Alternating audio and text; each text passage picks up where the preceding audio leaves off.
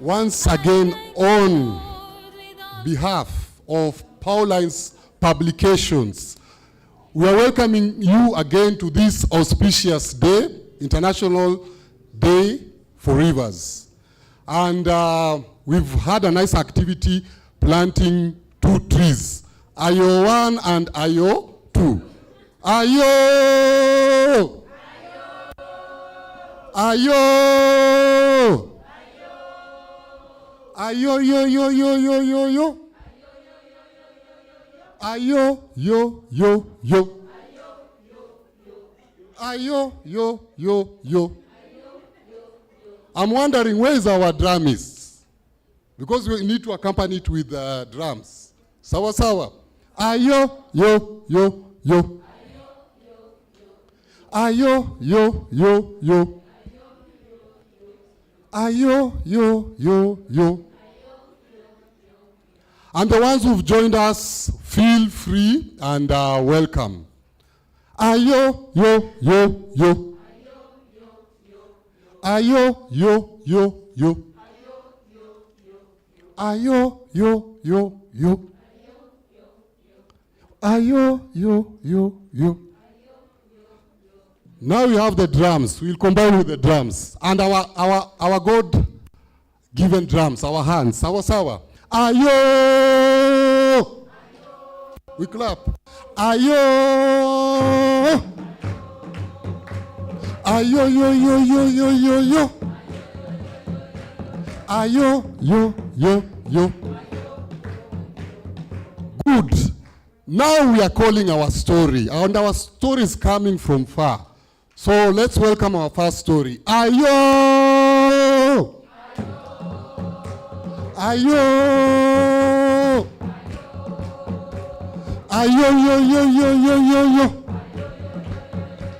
Ayo, yo, yo, yo, yo, yo, yo. Ayo, yo, yo, yo. Ayo, yo, yo, yo. Yo, yo, yo. Ayo, yo, yo, yo. Hello, hello. Are we ready for some storytelling? Yeah? Are we ready? Are we really ready? Yes? That is very good. So we are just about to start our storytelling and we want to really enjoy this. Yeah? How many of you have been told a secret? When I came here, the first song that I heard was Nina Siri na ye Yesu Jasiri. Eh? Nikiruka ruka. Karuka. Ba osana. Amen. You know, when you're told a story, you are being drawn and being told a secret. It shows that you are a special person. Yeah? So that is what the good book tells us. I've had a sister quoting the good book here. It tells us in Matthew chapter 13, verse 10 and 11, that they came to Jesus and they were asking Jesus, why do you tell people parables? Then you tell them, to you, the secrets have been told. Yeah? Tell somebody, I'm special. I am special. And I'm going to be told a story. Cynthia, Psalm 78 verse 2, I will open up my mouth and declare the things that have been hidden, the things that are of old. Yeah? So we are going to tell it together, yeah?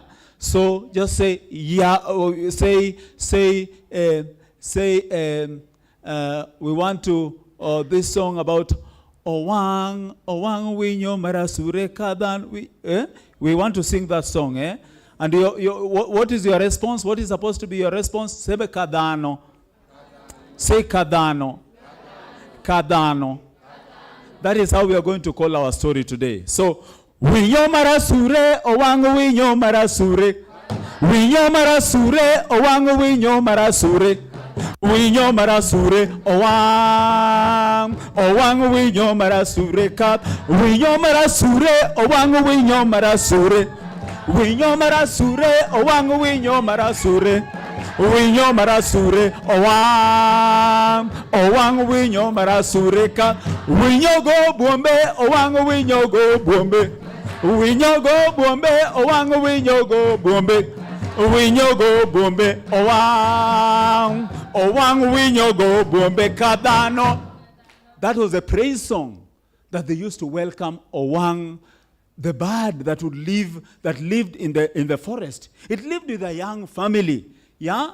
They were living there in the forest and they were happy together. But Owang was not just another bird.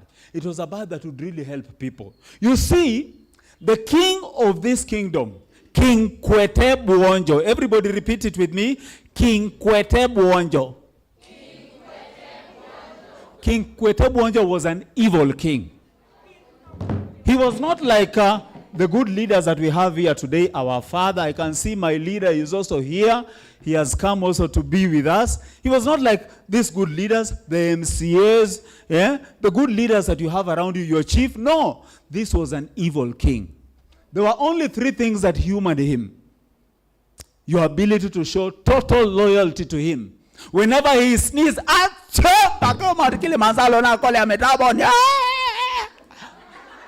everybody would go down with Homakali, praying and fasting for his well-being.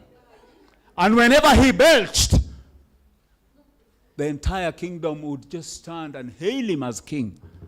And not only that, he also had a love for riddles.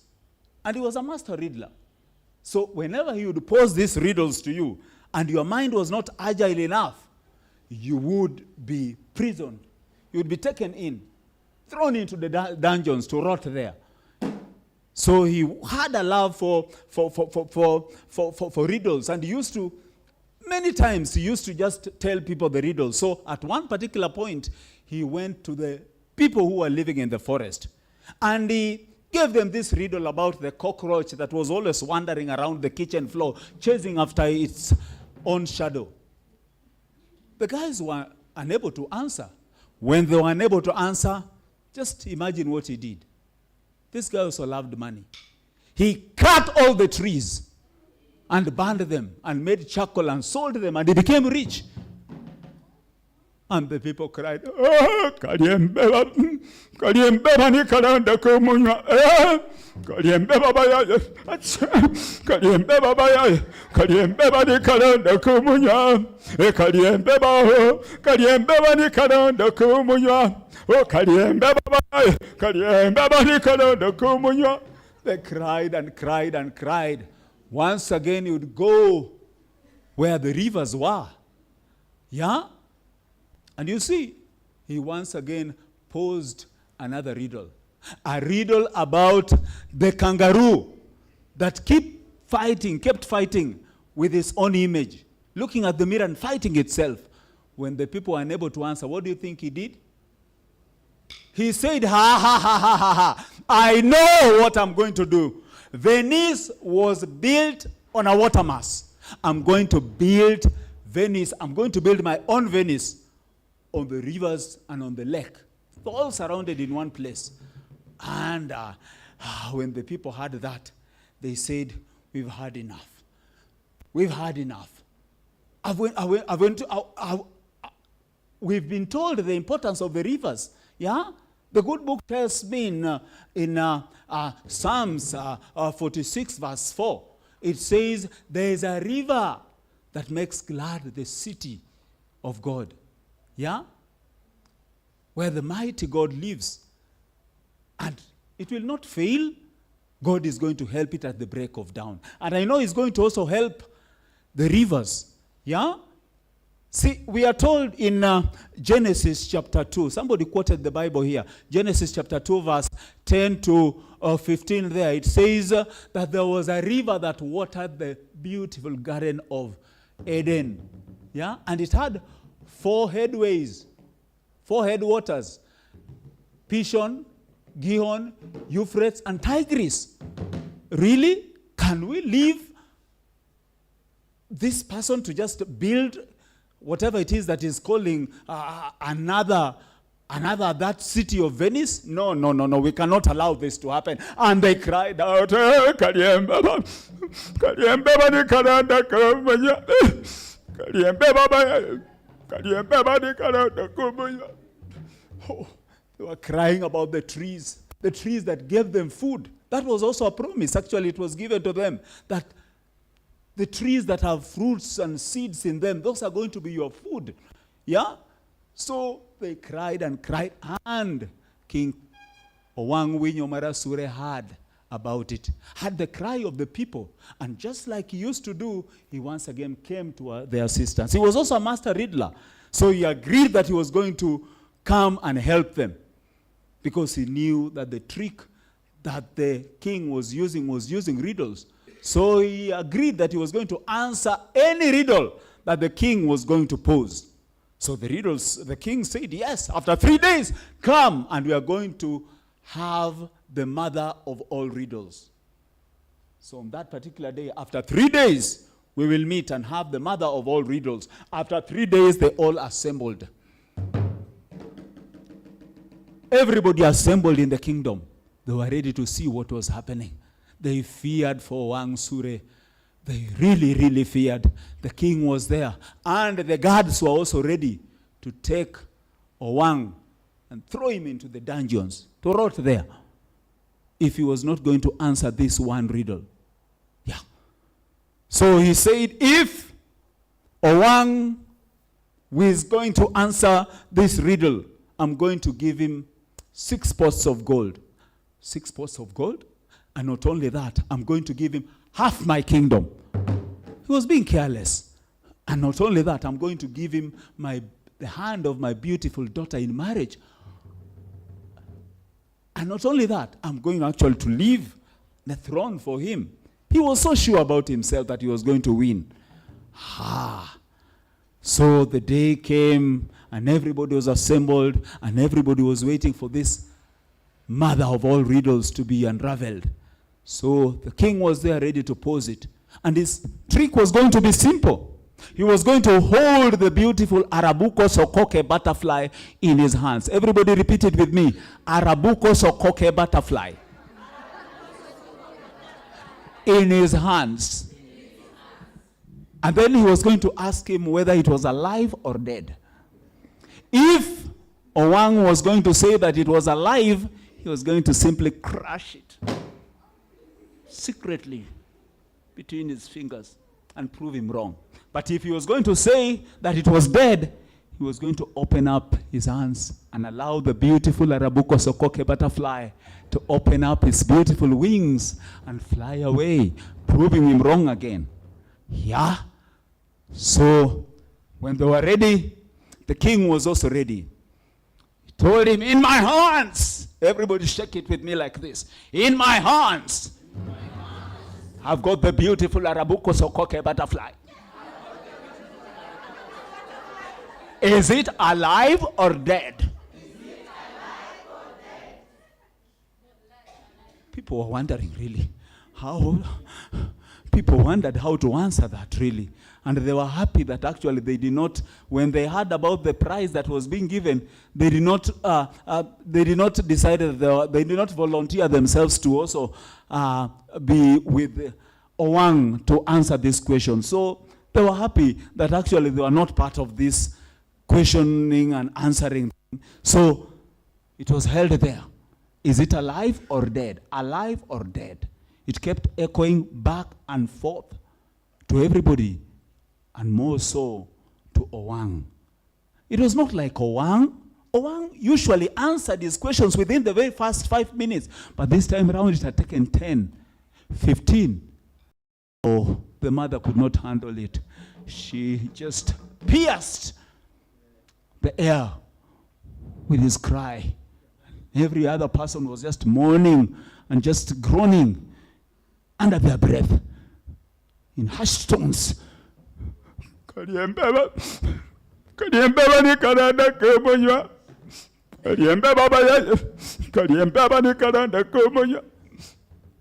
She was mourning her son in advance.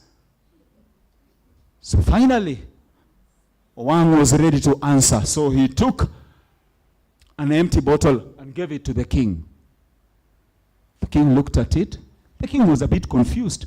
But since it was a battle of wits, he did not want to show his confusion. he told him, but yes, I can see there's a bottle here, but it is empty. Yes, it is empty because it is not a myth. I have the answer. King Kwetebwonjo, as to whether the Arabuko sokoke butterfly is alive or dead, it all depends on you. Because you are the custodian of it. King Kwetebwonjo wondered whether he could swallow it to keep the suspense going. Yeah? He wondered whether to do that. But everybody knew that actually the answer had been shared to all, and everybody knew who the winner was. So King Kwetebwonjo, crestfallen, just walked away, downcast, walked away in shame. And Owang was ready now to possess everything that had been promised. And this goes ahead to tell us, in your hands, tell yourself like that, in your hands, in my hands, there is the destiny of our rivers. Is it alive or dead? It's yours to answer that.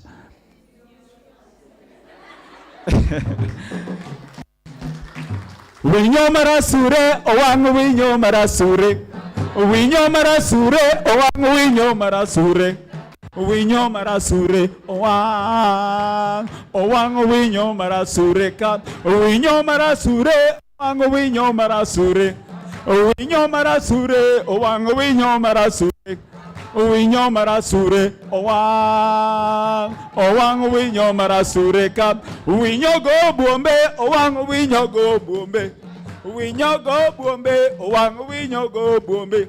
Winyo go bombe, owang winyo go bombe kadano. Makofi tena kwa Owang Winyo Manyasure. Once upon a time, there was a little river that had dreamt to reach the ocean. And the river flowed through villages and forests, nourishing the forests and the villages. Until one day it reached on a rock. It tried to pass the rock, but it could not pass the rock. But on the side of the rock, there was a small mwanya. You know mwanya? A gap. A gap. There was a small gap. Mwanya is a gap in Kiswahili. So the river squeezed itself into the gap and it fell into a waterfall. Let's do like that. It fell into a waterfall. And it continued with its journey. It went and it went with its dream to reach the ocean. And one day it reached in the desert. And when it tried to go, it will go into the sun. When it tried to go, it will go into the sun. But the desert told the river, in order for you to reach the ocean, you have to reach the ocean in another form. So my dear little river, let the wind carry you.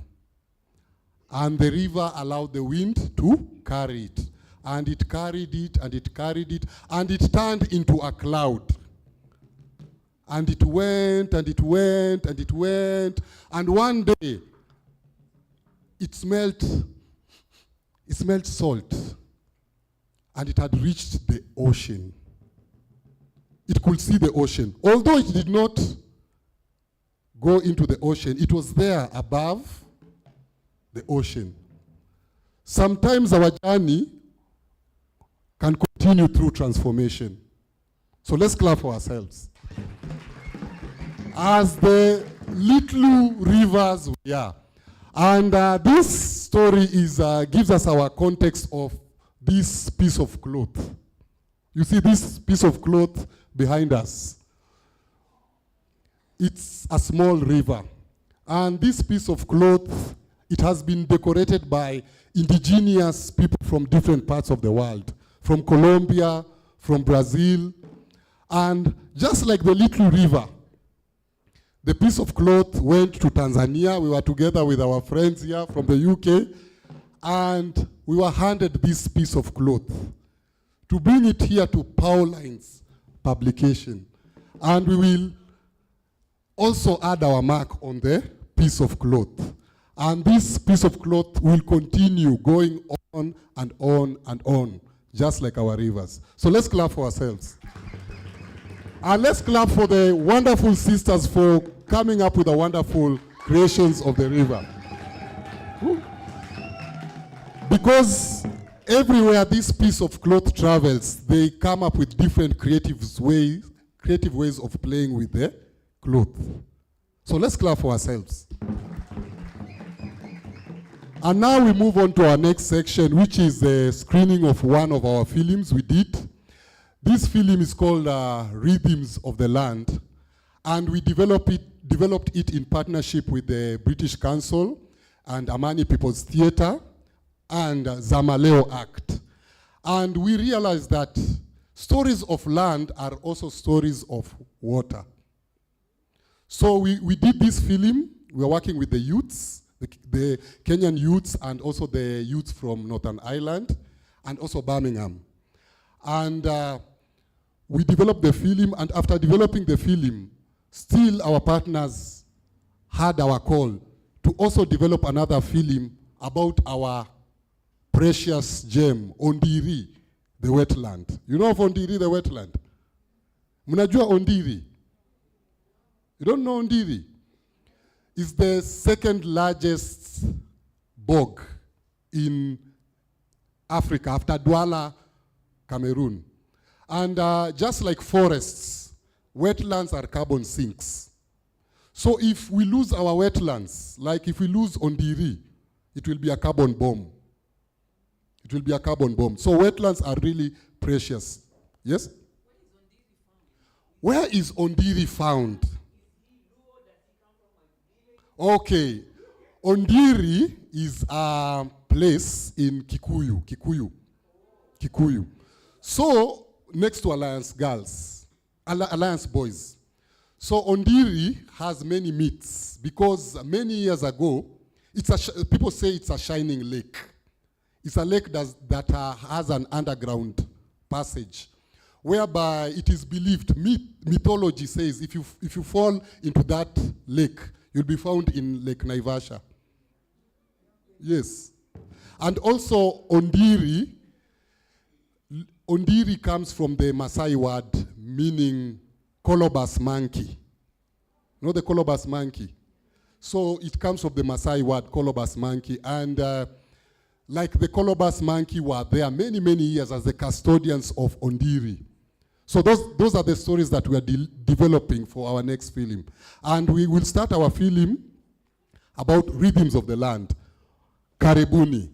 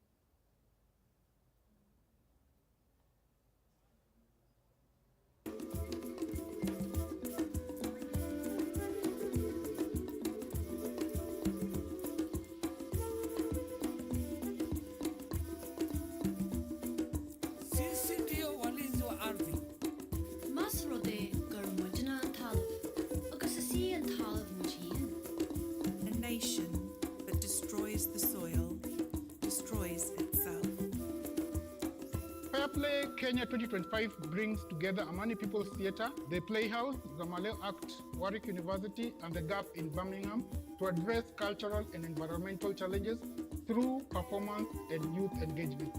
We wanted to get views of youths on land. What does land relate to them? So we have like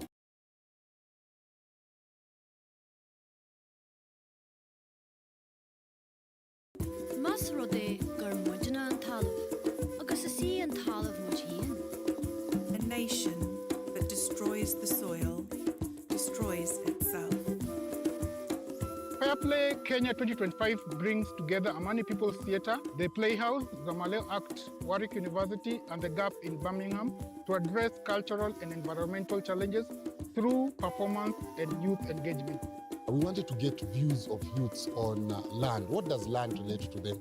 So we have like creative sessions within the youths where they are given creative prompts and they respond. What does land mean to you? Because land can be its own entity, and it doesn't need to be owned by community or individual. I mean, how can you own land without a job? How can you own land without money?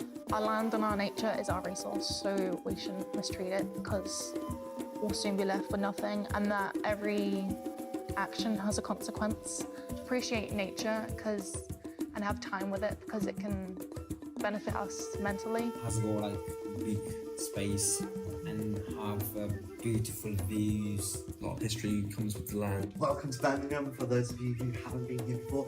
This is the Smithfield Town Planning Development Plan, sorry. Here we've got some trees and a playground, a retail and cultural venue, so it might be a music hall, a multi-purpose venue and event space. I was going to start off with this plan that you have. Yeah. We maybe take in the sort of land space that is going to be used, and ask people what they think, the people who live around this area, what they think about it, and maybe we can have like sort of a petition or a vote. The sessions go on physical, like we had 4 physical sessions among the 3 localities, that is Birmingham, Northern Ireland and Kenya. The sessions were bringing the youth together. We do theatre games. We respond on, we do creative activities on land, like we did the design making on land. So trying to get, what does land mean to the youth?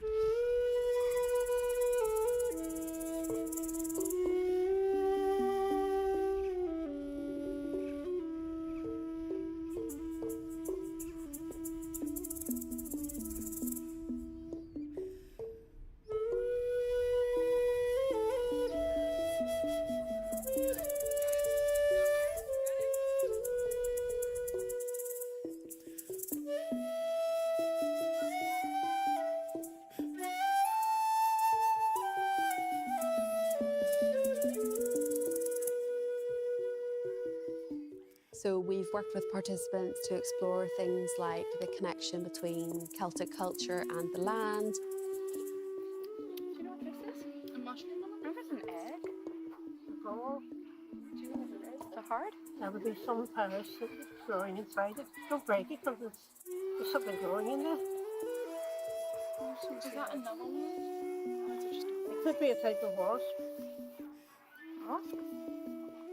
God bless the grass that grows through the cracks. They pour the concrete over it, they try to keep it back. The concrete gets tired of what it has to do. It breaks and it cracks and the grass gets through. For me, it was like connecting back to our heritage and our ancestry, going back to like where our land came from, and we were talking a lot about the bog and it having like preservatives and stuff, and how it just connecting back to like our Irish and our tongue. And you know, if we had a conversation, if they were here today and we were trying to have a conversation, we probably wouldn't be able to, because my language and their language is totally different.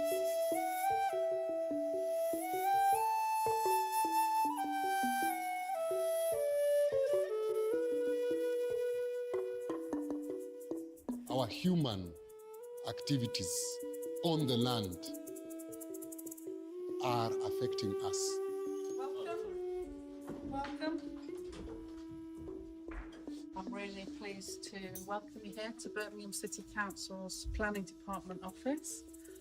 I am Kerry Townsend. My job here is Chief Planning Officer for the City Council. Really useful. It's about coexistence, but it's about this town planner's firm's speciality is wildlife inclusive cities. when you're looking at it in the context of these sessions, then you start to think of land as something more alive that you can connect to. It's got history a lot.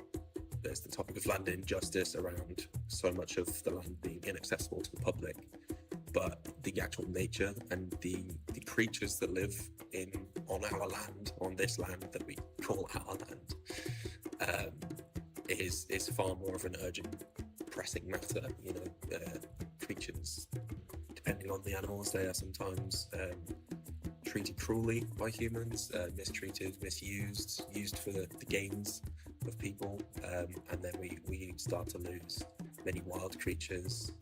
It's great to see that little colony of swifts gaining up again in Leeds, things like that. But it's a much smaller part of a much bigger matter, that is the loss of so much nature in this country. This is the thing I love. Knowledge is there to be shared. You share that bit of knowledge, that person goes on to then share and inspire the next person.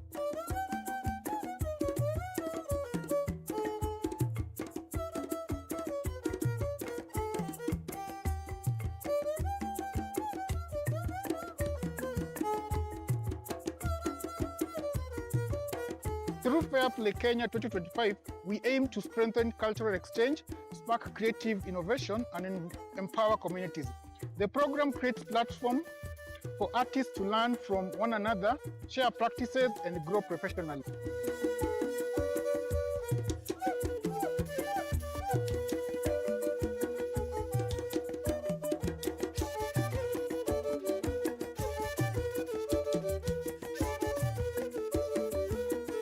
Is pretty much the participants who were part of the workshops, rehearsals. It was so much fun, whether it was virtually with youths from Ireland or UK, you know, it didn't matter. It was just a lot of fun, but also, and most importantly, a lot of learning. I learned a lot. Each person sharing their experience, each person talking about their perspective about land. You're really very welcome to our second international zone. Kama ardhi ni sisi na sisi ni ardhi, basi mbona hatutunzi ardhi? The land is us and we are the land. Then why aren't we tending the land? Liberate land, liberate life. The land is us and we are the land. Then why aren't we tending the land? We are guardians of the land. If the land is us and we are the land, then why aren't we tending the land?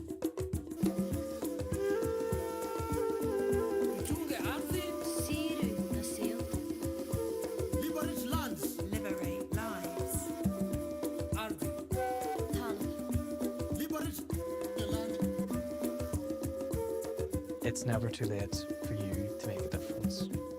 Now, we've just touched the tip of the iceberg on land issues. The future is bright. If you want to make a change, if you think it's worth it, go for it, because anything can happen.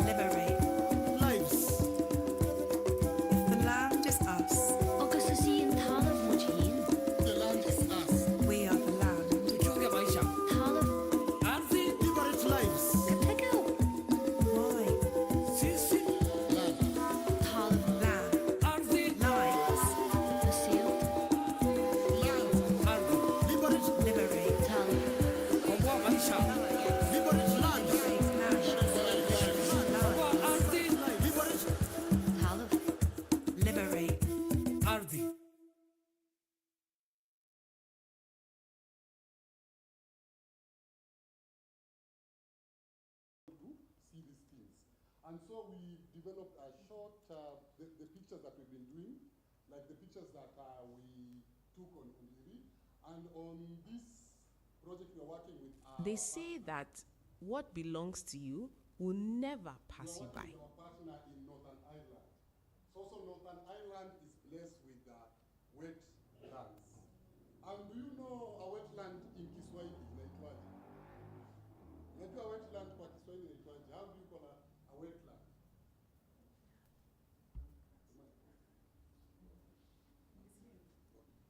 Sorry.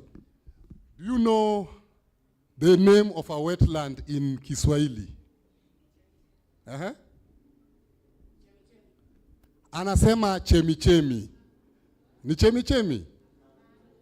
Nani ana hakubaliani nayo? Who's not agreeing? Our brother there is saying chemichemi. Aha, we've had some no's. So what is a wetland in Kiswahili? Aha. Ni ardhi yenye unyevu. Ardhi yenye unyevu. Ardhi yenye unyevu. Like the land that is still shaky. Kind of like it's shaking. Let's clap for our friend. So, just like the little river, we were going through Tanzania. And Tanzania told us that a wetland is called Tindiga. Coming from like kutetemeka, to shake, Tindiga. So that's the name of a wetland in Kiswahili.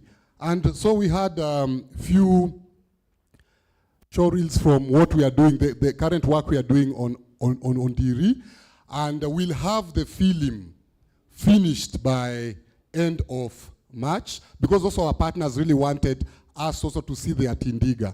So we are currently working on the music, composing the music, and also finishing on the location shoot. So everybody here will have the film. We have a visitor's book there. We will just put our emails and we'll all have our film. Kindly, the technical guy, please. Yeah. So that is Ondiri, the wetland, Tindiga.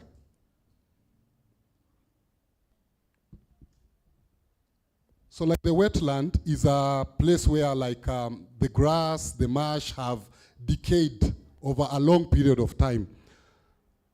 So it's marshy, and it's a biological museum of many species. We have the crested crane, we have the cormorant. Mnajua cormorant? The African cormorant, you do not know it. It is the only bird that can go underwater like a submarine and stay there for a long time. Yes. In local mythology, it was believed that the cormorant was the messenger to the ancestors. So the cormorant, it's very interesting. Like it does not have buoyancy. Like it can dive deep into the water and come out. So this is also the wetlands in Northern Ireland. So Northern Ireland have lots of wetlands. And this is our Ondiri, Old Lake.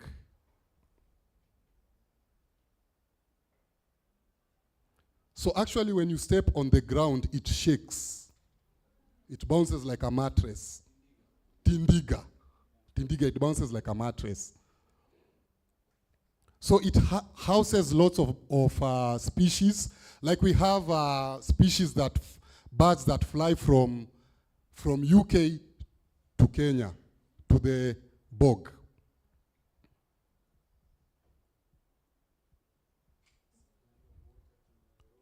So actually, it supplies the water to Nairobi. It is the main source of Nairobi River.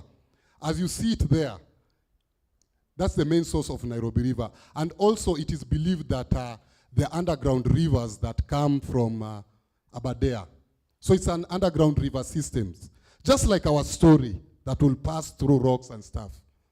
So it comes from far. And also it's connected to also the Athi River. So it is our wonder. And that's also the wetland in Northern Ireland. And luckily for us in Kenya, we started taking care of our wetlands. In Northern Ireland, they're now starting to restore the wetlands. And in Northern Ireland, the wonder. So we are looking at the wonders between Kenya and Northern Ireland. So the wonders in Northern Ireland, it is believed that the kings and treasures were hidden in the bogs. So there was also one plant that was discovered that is 400 years old, preserved in the bog. Even people used to preserve milk. There was an experiment that was done. Somebody took milk and put in a fridge for 1 year, and took milk and put in the bog for 1 year. And the one in the bog was still pure. So it freezes time. So those are the moss. So we are looking at the wonders in Northern Ireland and the wonders in Kenya, and trying to bring the narrative and also restore and bring the sentinel beings, the cormorant, the colobus monkey, and there's another goat. It's called sitatunga. Have you heard of that animal? Sitatunga. Mwemsikia? So sitatunga is an antelope. Yes, it's an antelope that has like adapted to the bog. It's only found in the wetlands. But sadly, because of human activities, it left Ondiri. But now they are protected. They are in, I think, western part of Kenya. So we want, through folklore, through stories, to reimagine and to bring back the environment that we had. And also bring back the colobus monkey, because the colobus monkey is also a threatened species. So that's what we are working on the film. So let's clap for ourselves. Yes? Yes.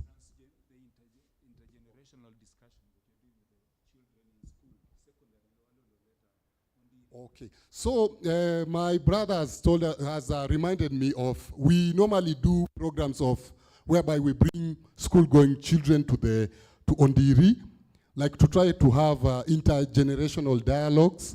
And also at Ondiri, there's so many programs, like people come to visit the lake. People from different disciplines, they come to know about Ondiri, the lake. So we normally have intergenerational dialogues. Also, we also have, there's the traditional medicine dialogue in partnership with Tika. So there's so much happening within the bog. And I'm happy to see the Friends of Ondiri have joined us. And let's clap for them. And maybe we can hear a word from them. Sarah. Let's clap for Sarah.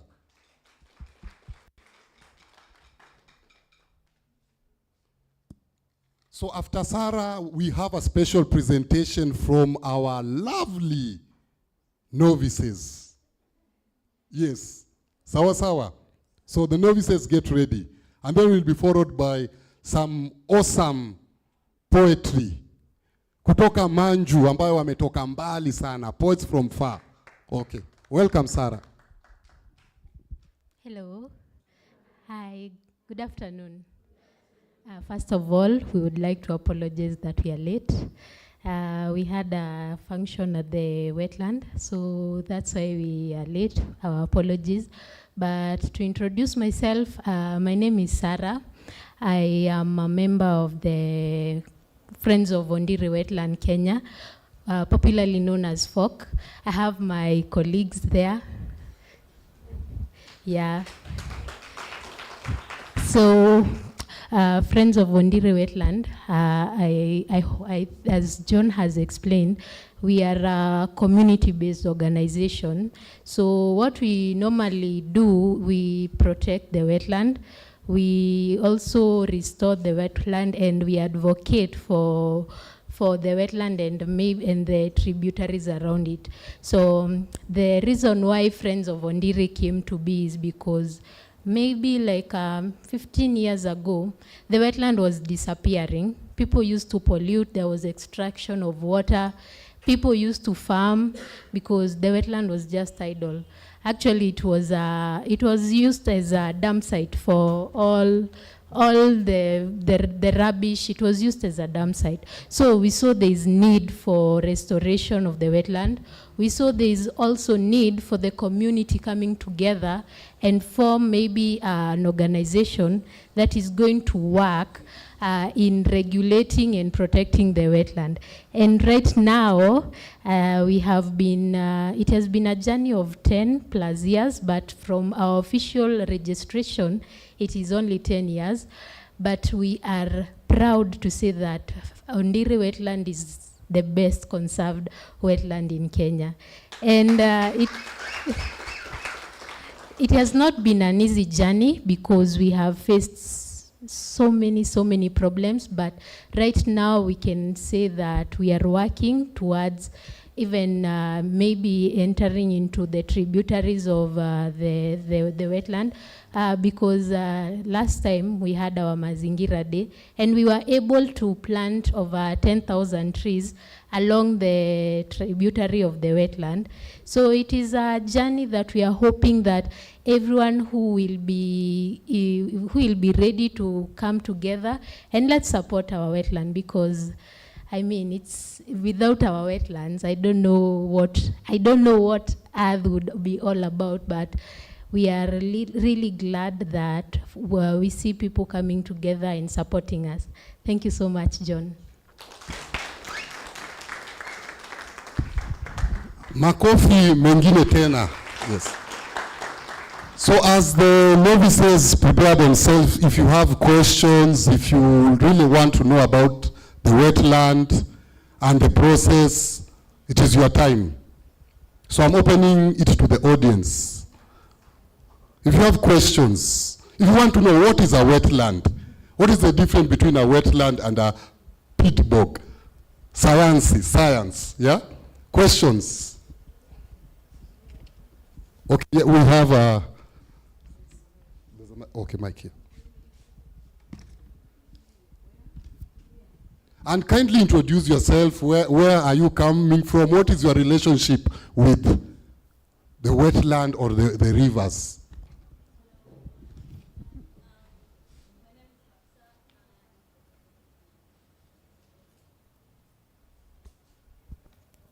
Hello. Okay.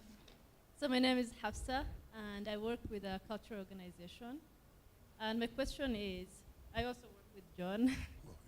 My question is, what are some of the myths related to the Ondiri wetlands? You've already told us the one in Ireland, yes. So what do we have locally? Okay. What are the local myths surrounding Ondiri?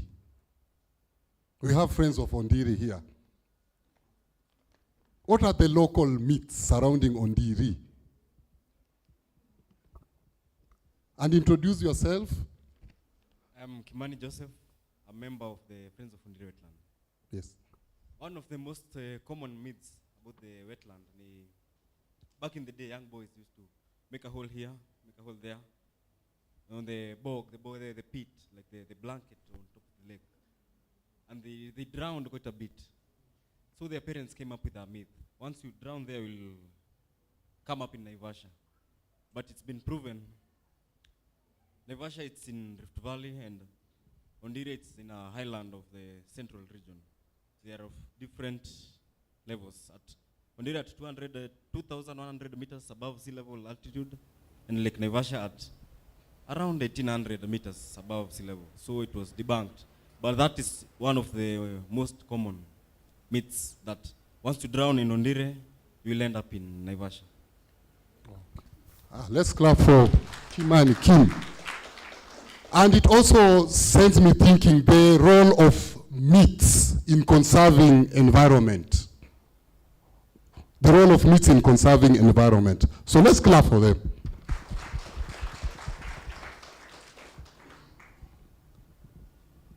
Yes, okay.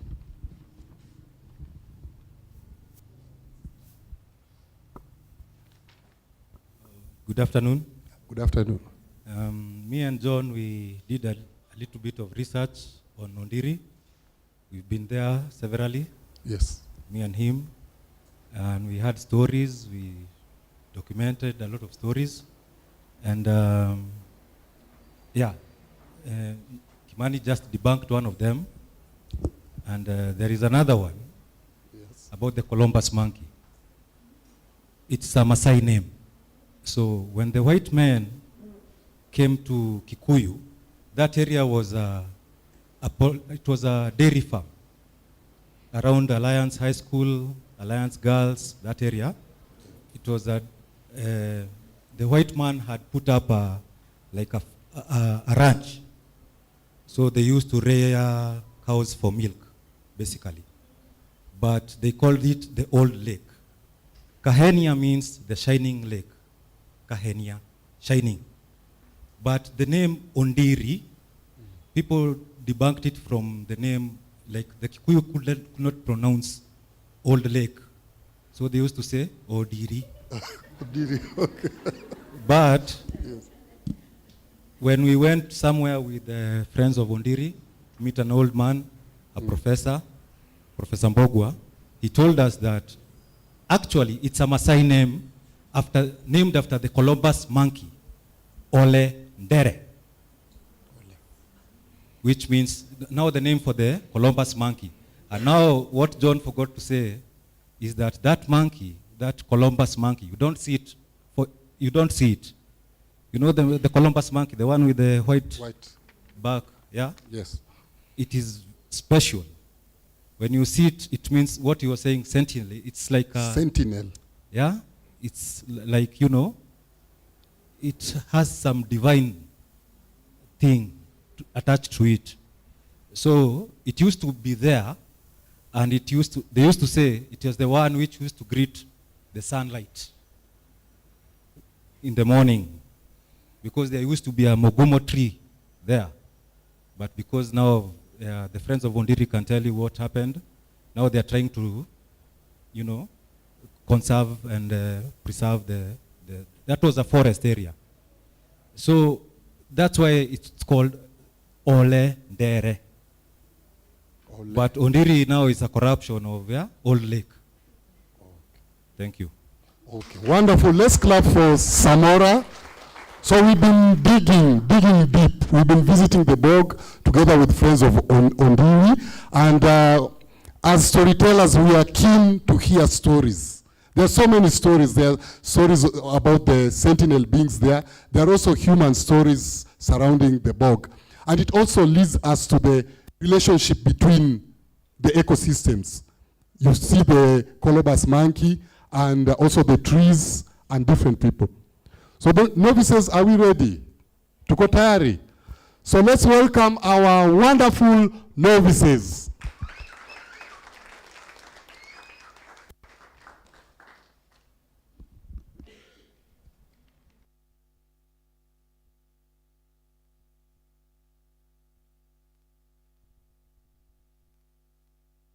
Network strong enough to send an email. Olamide's legs. She collapsed onto the chair. Femi turned the screen towards her. It was a picture.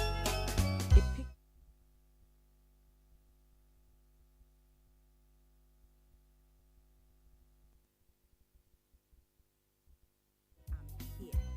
The woman with you. Hello, everyone.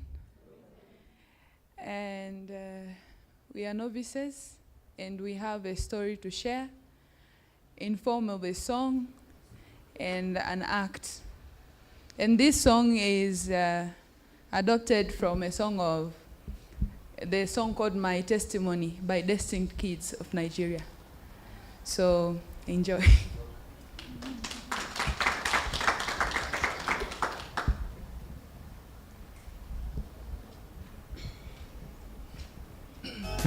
You thought you were stealing a golden ticket, but this is what you walked into. But you didn't know the full story. Do you know why I live here? Do you know why I am in the middle of nowhere? Because you are a vet? Because I remember years ago in my little river town, there's full of sunshine in my home.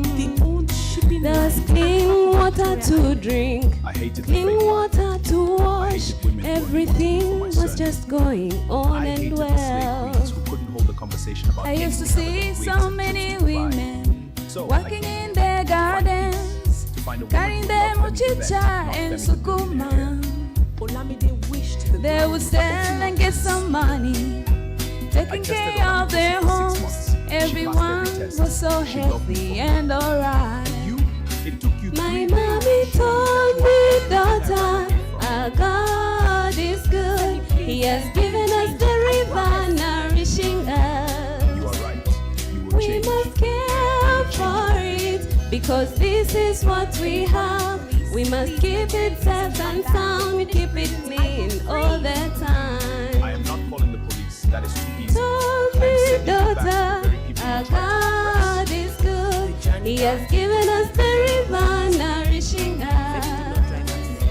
We must care for it, because this is what we have. We must keep it safe and sound, keep it clean all the time. Punishment for her.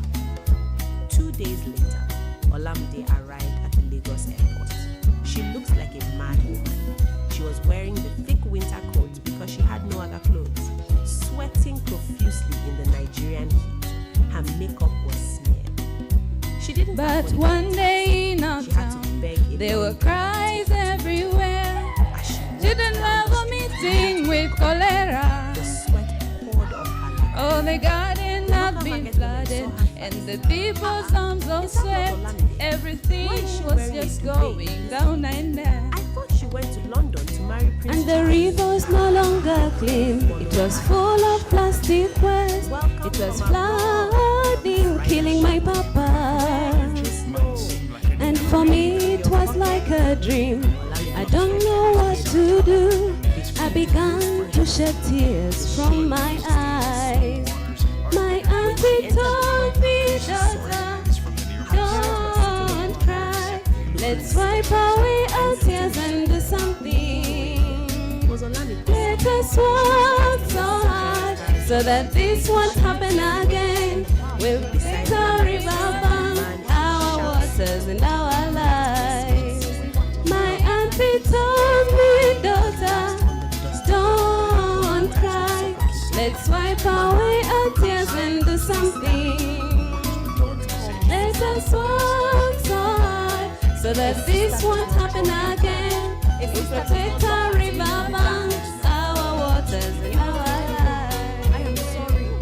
From the day in Rivertown, the story has changed. We have cleared the river and planted trees. We have planted some grass. We taught others as well. We are clean, we are right. You wanted a soft life. In jail, you Blessed be my Jesus. He has given us all the strength. He has made us hear cries and make a change. We protect our river. We protect people's lives. Let's stay safe and sound, protecting rivers, protecting lives. Blessed be my Jesus. He has given us all the strength. He has made us hear the cries and make a change. We'll protect our rivers. We'll protect people's lives. Let's stay safe and sound, protecting rivers, protecting lives. Laundry? But I am an influencer. You are get to death to take it or go to jail. Take it or go to jail. I will wash. 3 weeks later, asleep. Makofi tena kwao. The novices have told us to protect our rivers. Let's clap for them. I normally like them. They are very creative. They did a nativity performance. It still lingers in my mind. And now with the rivers, it will still linger in our mind. They were quite very visual. And we are happy and honored. Just like the river, the story of the little river that wanted to be like the ocean. We have friends from far and wide. And they said they will join us to celebrate our International Rivers Day. And our relationships goes far way since 2019, when we dreamt of bringing Mboka Festival to Kenya. So Mboka is from the Gambia. It's from one of the tribes in the Gambia, Wolof, the Wolof. So Mboka means one people. So I was fortunate to travel to the Gambia, just like the little river that dreamt. So I reached the Gambia and I found awesome brothers and sisters who we share the same vision. And we had been organizing how can we connect as Africans from West Africa and East Africa, just like the system of rivers. And our dream came true. And we are happy to have Sister Isis. And Sister Isis does not walk alone. She works with the awesome Sharifa energy. And also we had a dream with Sharifa to come to Africa and work with the community. So let's welcome them. So we give the opportunity, will Sharifa start or Isis? So let's welcome Isis. Mambo, greetings everyone. Thank you for allowing us to take part, and also the tree planting, because I've never planted a tree in Mama Africa before. So give thanks and praises. So this poem is called The Sperm Whale's Cries. Water carries energies, fluctuating, flowing. Life begins with water. Libation pouring. Open the way, calling names of those who passed away. Primeval waters, Nun, Nomo, Enkembo, Oshun, Yamoja, Mamawati, Techamba. Water cycle, Tefnuts, moisture, transitioning, Bosumoros, rain cleansing. Water is vital, only oxygen is more crucial. Precious liquid, essential. Life without water, unfathomable, impossible. Without one drop, what flourishes? Worse than famine is drought. Fact is, 71% of the Earth's surface is water. Depending on size, health, and physique, humans can survive for a month or two without food, but not without water. Without water, 3 to 7 days, all cellular function collapses. Rivers, lakes, mighty oceans, dynamic seas, springs, creeks, even our little garden ponds, wetlands, mangroves, the Amazon, each and every one processing vital oxygen, H2O. Tumbling tides, cascading currents, water freely flowing, enhancing, regulating, biodiversity thriving, growing, purifying, filtering pollutants and contaminants. Conversely, stagnant water is a source of infestation, infection. Contaminated water carries disease, breeds bacteria. Intentionally destroying water is immoral, a sin. The destruction of millions, billions, even trillions of essential habitats. Fish swarm, omnidirectional, ubiquitous in motion, Pisces, mollusks, crustaceans, reptiles, amphibians, sea turtles, moving with currents under waves, sharks, dolphins. Vacuitas at the point of extinction. Recent reports, only 30 remaining. Heed the warnings, stop being driven by greed. We have a duty to water dwellers. Underwater ecocide, a monumental crime. All aquatic life matters. Without these ecosystems, our planet will lose its natural rhythm, shrivel, die. I'm pleading for all of us to hear the sperm whale's cries. Thank you. Another round of applause for Sister Isis. And now we welcome Sharifa Energy.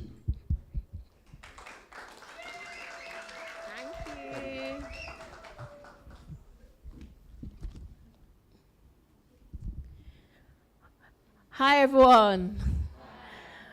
Really lovely to be here. Thank you, Titi, for inviting us and all of you also. Yes, I'm just going to start with one of my poems called Rebirth. Burnt out, buried, bemused, soil pounding now mercilessly, piercing her eyes, blurring her vision and sight. She chokes on earth forced into her mouth, charcoal stains on her teeth, focusing on her breath, breathing. The taste of death no longer lowering into her chest, gradually rising from the dirt, inhaling the scent of the cycle of life in the earth. Burials have to take place before it's time for rebirth. The lowering of coffins, the cremation of ashes, ceremonies those seemingly filled with life observe in a daze. Some feel every layer of the chapter, some numb from their own woundings, cut off from emotion. The moon, a cycle of time, the pace of life and death, perspective and angles from each crescent. What does death look like in the desert, where vultures pace, parading, overlooking their next carcass? Soil underneath dry sand, one day all going back into the land. A nomad wandering, searching for more life in the spiritual imprint the Moors left behind. Seeking for meaning, a new dawn with every season, daily dissecting Jew's dew, observing the lotus blooming midst the muddy gloom. Growth forms in layers, clearing space to make room. Journeys and cycles, palms telling stories of wildness, reflecting the veins in leaves. Nature's cure gallops in leaps, in the woods, in forests, in waves crashing against mountains, hearts patient yet pounding. The peering eyes of a newborn, blinded by light, catching sight of a midwife. The two legs inside a clock ticking. Anxious waiting, hands sticking. Thank you.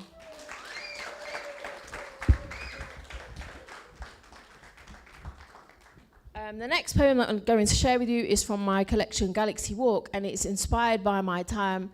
I spent 2 weeks in the Amazon rainforest in Venezuela, and over there we were swimming, bathing in the rivers there, and being really mindful of even just what products you're washing with when you're in the river. So it was like we made sure, we had biodegradable wipes. We made sure the shampoo we took was biodegradable and not had any chemicals in it to cause anything bad to the rivers there. And just being mindful of the fact, of course, there's communities, like we stayed with the Birawa community, an indigenous community in the Amazon, and just being very aware of how they are protectors of the land. So for me personally, when I'm traveling, I'm very interested in wetlands. I'm interested in the mountains, the rivers, being able to see the land in its original form before our countries and places turned into cities and everyone became city dwellers. So for me, like, the beauty is going to see the rivers and going to meet them, because that is the land. That is what, Nairobi's beauty isn't the tall buildings. There's going to be where the local people live and how they preserve it. So I'm very interested in what you all had to share. So yeah, this piece is called Shade.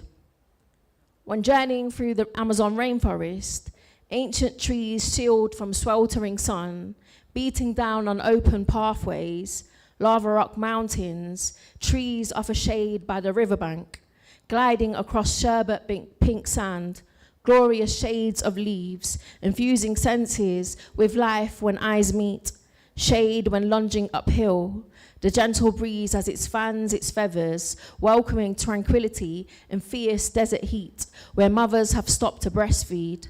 shade of trees, God's mercy, nature's compassion, the forest's bounty, trunks helping limbs when needing strength, spine to grip and carry self, comforting vineyard roots, gripping a shoe, guardians when a foot is loose, shade of trees, branches resist order, grow in circular structures, portals marking chapters, you are now onto the next level, the shelter of trees, the sun at its peak, how glorious is the shade. Thank you. And this last piece is about climate crisis. And we as people, diaspora from global south countries living in the global north, a lot of us are fighting, or when we do speak about climate crisis, it's us recognizing that, of course, it's the global north, Western countries that have the most usage of like carbon emissions, but the global south has been impacted. So even the other week with the flood in Nairobi, what is the Western countries' responsibility when it comes to stuff like this? Of course, the local government and stuff as well in terms of infrastructure. But yeah, this piece is about the climate crisis. The climate crisis, a collective responsibility. Writers and poets mustn't leave unaddressed. Hurricanes in the Caribbean, fear of small islands being swallowed up by the ocean, countries globally unprepared, not enough equipment or fire engines to put out wild bushfires. The climate crisis underestimated, carbon emissions, stunning coral reef damaged, the ocean's wonders swallowing plastic, fins trapped in netting, oil rigs polluting unusable areas, fishermen fish, digesting fish, scoot besides poisonous oil rigs.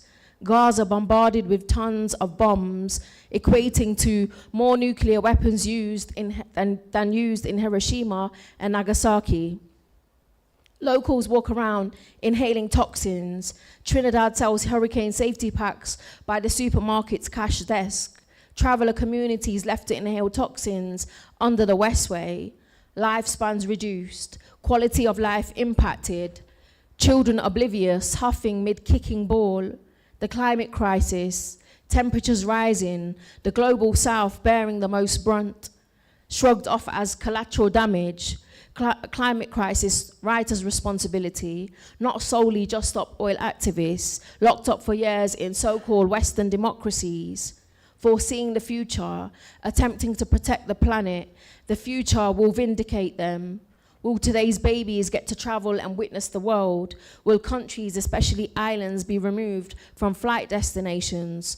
Classism entitling the wealthy to pose from private planes and jets? Unnecessary damage. Where's the longevity? We must seek to protect the wonders and health of our planet. Challenge rapidly increasing climate emergency crisis. Thank you so much.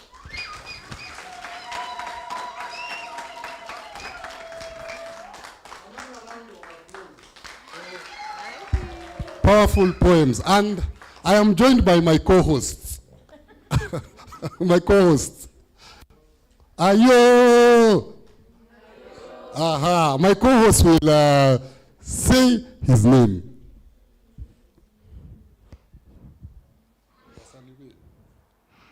What is your name? My name is Abdurrahman. Let's clap for Abdurrahman. And which class are you in? Good afternoon. Good afternoon. Good. Yes. And say you are welcoming the next session. Welcome in the next session. Yes. And it's going to be an interesting session. Interesting. Interesting. So we call Sister Agatha to lead us the next session. Yes. Good. Let's clap for my co-host Abdurrahman as we welcome Sister Agatha to lead us in the next session. It's going to be an interesting session. And karibu Sister Agatha. Ayo! Ayo, yo, yo, yo.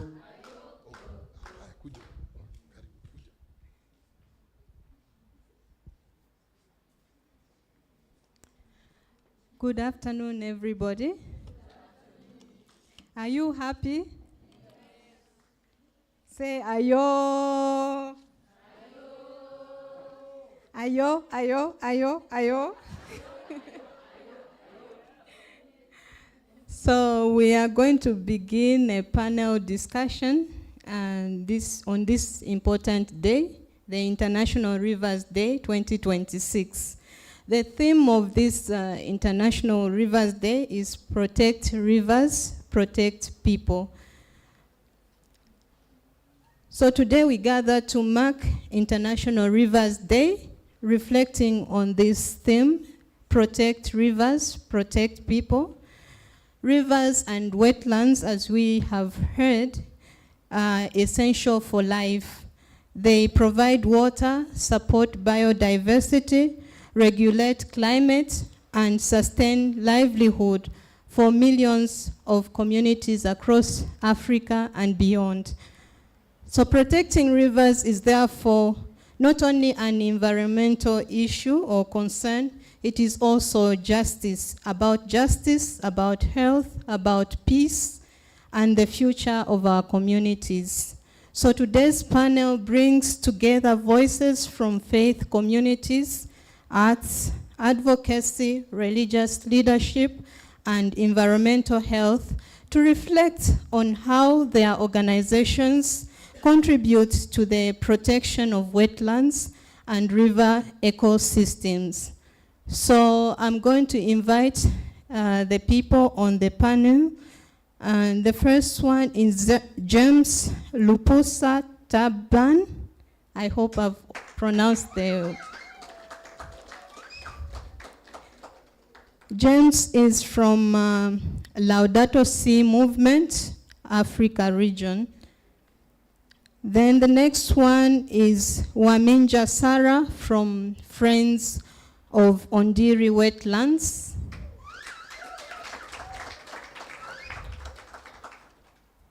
Then we have Maxwell Okuto, the director of Amani People's Theatre.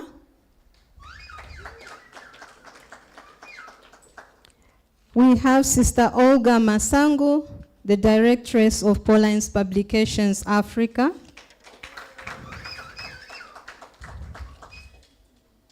We have Sister Brigida Samba Mwawasi, who is from the Association of Consecrated Women in East and Central Africa, AQUECA.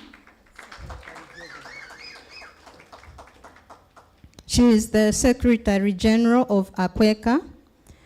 Then we have Dr. Nathaniel Uchman. I hope I've pronounced your name very well.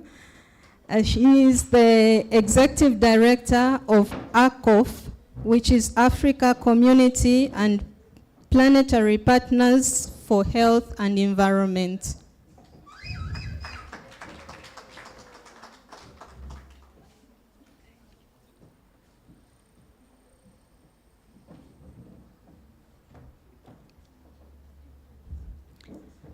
So a round of applause to our panelists.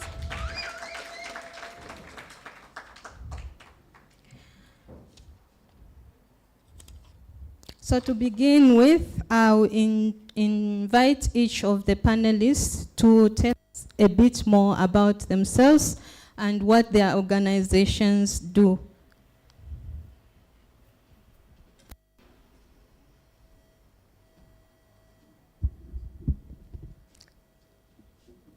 Good afternoon. I am Sister Olga Masango from the Daughters of St. Paul, the congregation that is partner with all these beautiful people that are here in bringing awareness about certain aspects that the teaching of the church also is concerned. That is integral ecology. Thank you very much, and I welcome everyone that is here. Thank you. Good afternoon, everyone. Hamjambo wote. Jina langu ni Nathan, na kama amesema, mimi ni daktari. Mimi ni daktari ya watoto. I'm a pediatrician. I am the executive director for a Kenyan NGO. It is called Akofi, kama amesema. Na nimefika hapa na rafiki yangu, labda wanaweza kufanya hivi. Hey. Wanaitwa Wanjiro na Rehema. So our organization, our mission is an acronym that is REHAB. So that is reconnecting environment and health in Africa and beyond. So I want to express my gratitude for the opportunity to connect with you today and to share.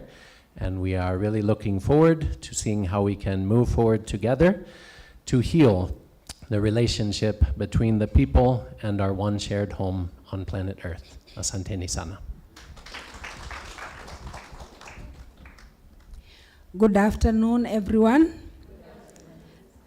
I'm called Sister Brigita Samba Mwawasi. I belong to the Congregation of the Sisters of St. Joseph, Catholic Archdiocese of Mombasa.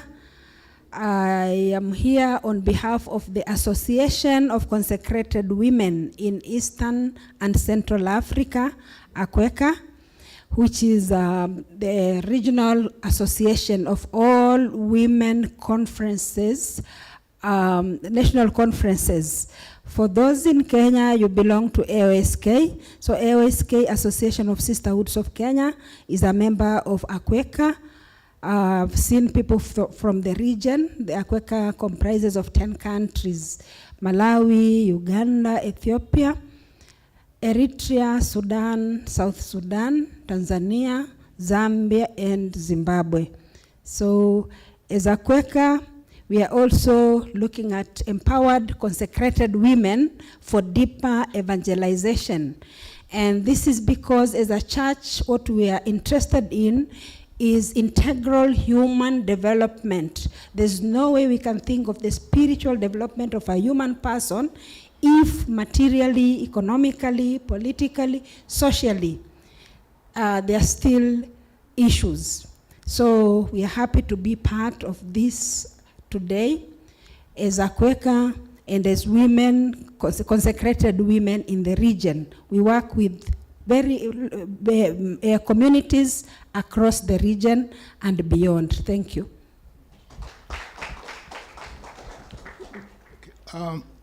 My name is Maxwell Okuto, the director of Amani People's Theatre. Amani People's Theatre is an organization that uses arts for peace building and conflict transformation. And for us, theatre is a tool and a medium for communication and advocacy.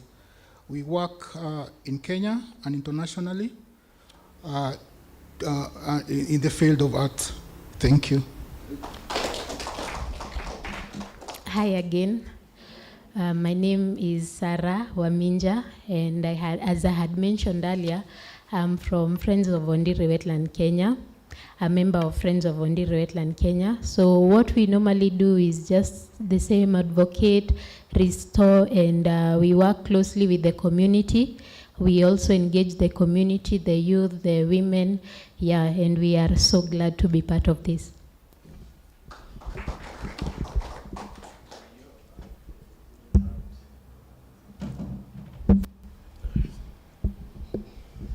I think it's good to follow tradition. So, ayo, yo. Asante, thank you, John, for that wonderful gesture. Thank you, Sister Agatha. My name is James Taban Charles. I'm here representing Laudato Si movement and also representing our director who couldn't be here because she's not feeling well. Sister, I don't know, I would like to just make an introduction of Laudato Si by projecting a video in a very brief format. So I'll kindly request the technical team if you can play the video, tafadhali. As he plays the video, I wanted to ask, how many of you here have seen the movie The Letter by Pope Francis, by a raise of hand? Oh my God. I think this is a good forum now for me to project this film so that you get to learn what Laudato Si movement is all about.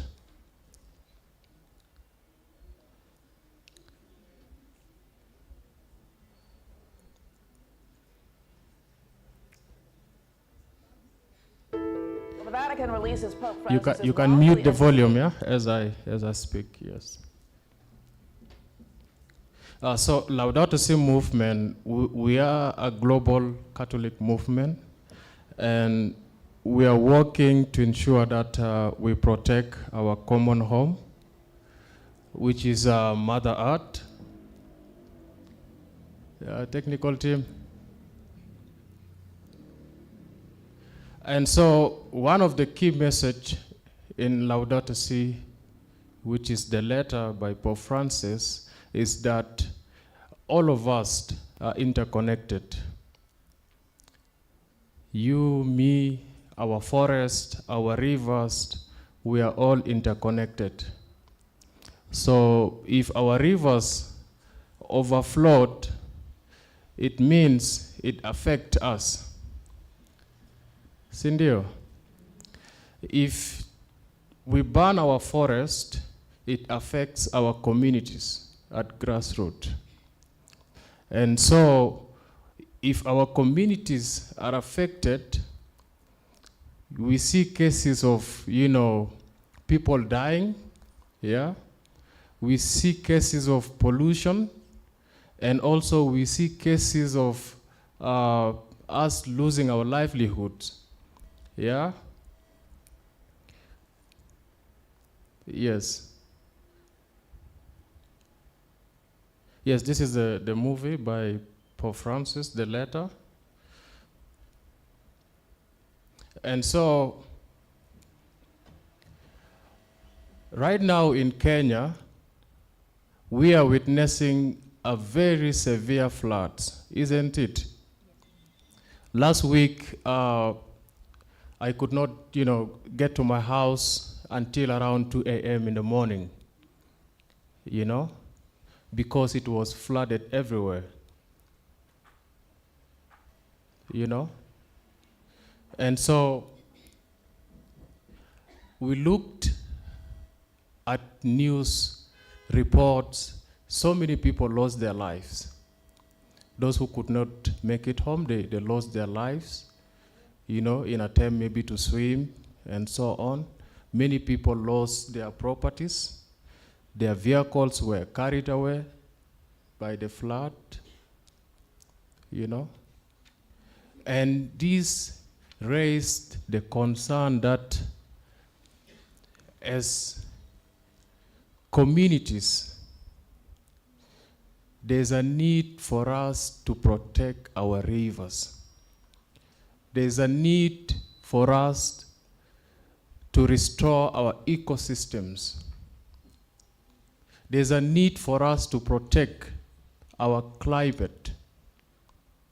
And so, as we gathered here today to celebrate International Day of Rivers, Sister Agatha and the Daughters of St. Paul, I would like us to, the technical team, you can project the image, yes.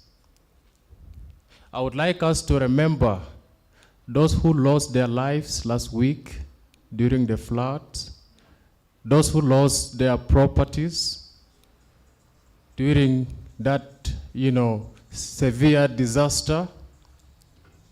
It is very painful and it is very sad that in such a time in our country,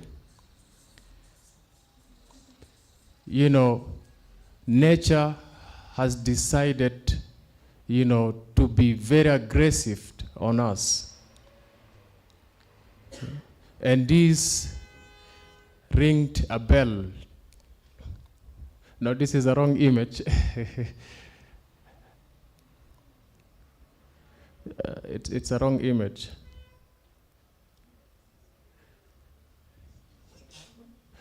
It's okay. It's okay. And this is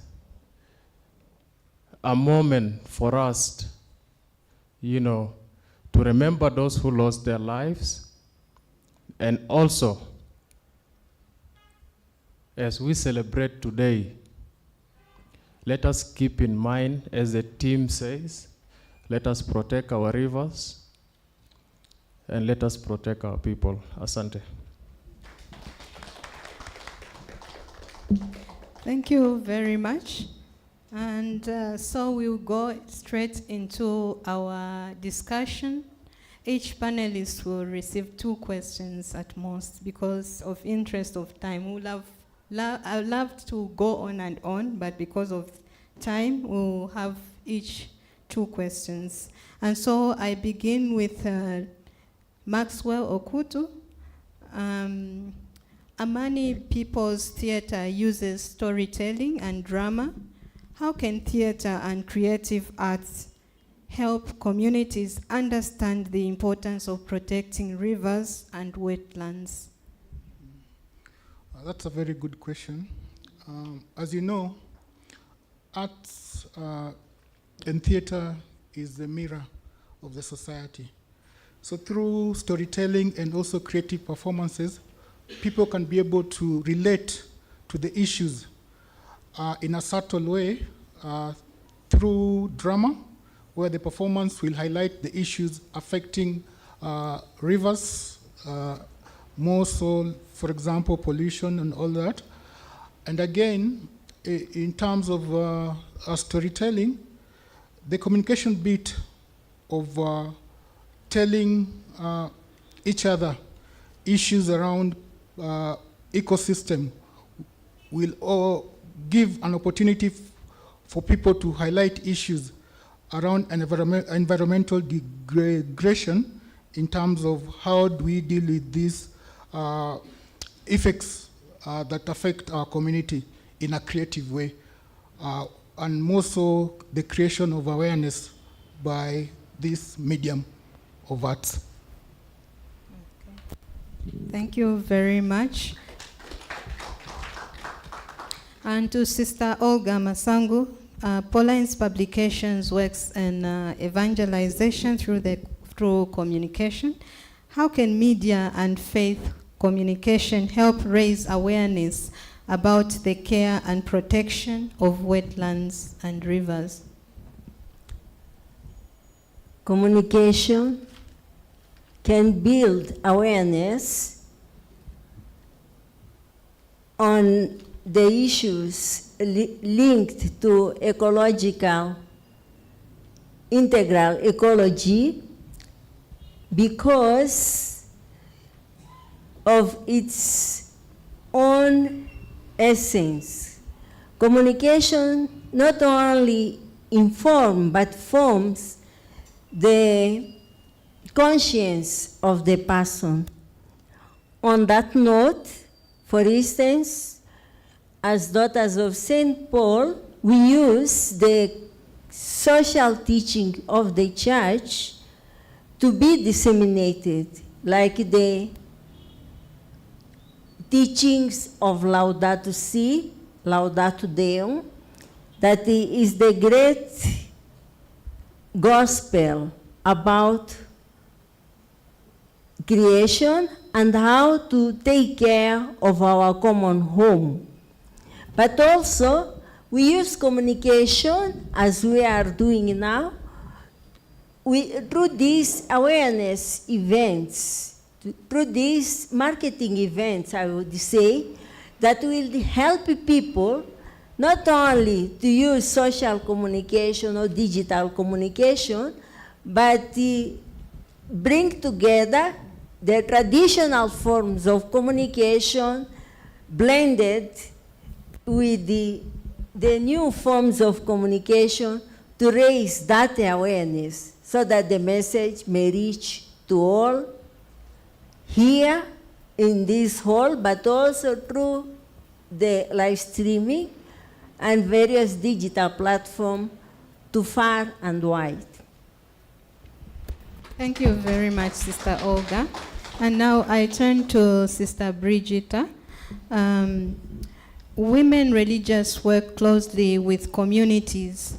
How is Akweka promoting environmental stewardship and enhancing Laudato Si in the care of Mother Earth? Thank you, Sister Agatha. As I said, we work with Catholic sisters across the region, and Catholic sisters work with communities, different types of communities. In schools, they work with the young people, but also with their parents, in hospitals and in other places. And the sisters promote integral human development. And I'm happy that we have someone from Laudato Si movement here. We have so many sisters as part of the Laudato Si movement, and many of them have gone through the Laudato Si animation course. And they are animating Laudato Si interventions in their communities and in their places of work. As a Quaker, we also have programs that integrate ecology and the care for environment.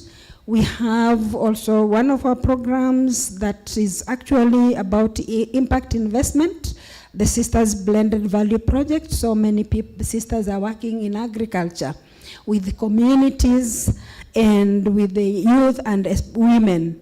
And in these, in their ventures, one of the things they are doing is ensuring that they are doing eco-friendly farming. And so in that way, they are also promoting Laudato Si. We have schools, and every year we have so many tree planting events across the region. We have also days, the sisters organized cleaning activities where sisters and children and communities actually do like river cleaning. They go into the rivers. And also the Environment Day, which happens every June. There's a campaign that goes around this, and sisters are very much involved at the national and regional level. We have specifically, allow me to just mention a few of the sisters directly involved, especially the animators in Uganda. We have Sister Immaculate, who really trains in animation. In Malawi, we have Sister Teresa Mulenga, who works with women, and she helps them also come up with a way of reducing pollution. Instead of helping women, instead of using firewood, they come up with the briquettes, which are made up like kind of recycling paper and even rubbish that they collect to come up with the briquettes that they use. And in that way, they kind of reduce the use of materials that would pollute the environment.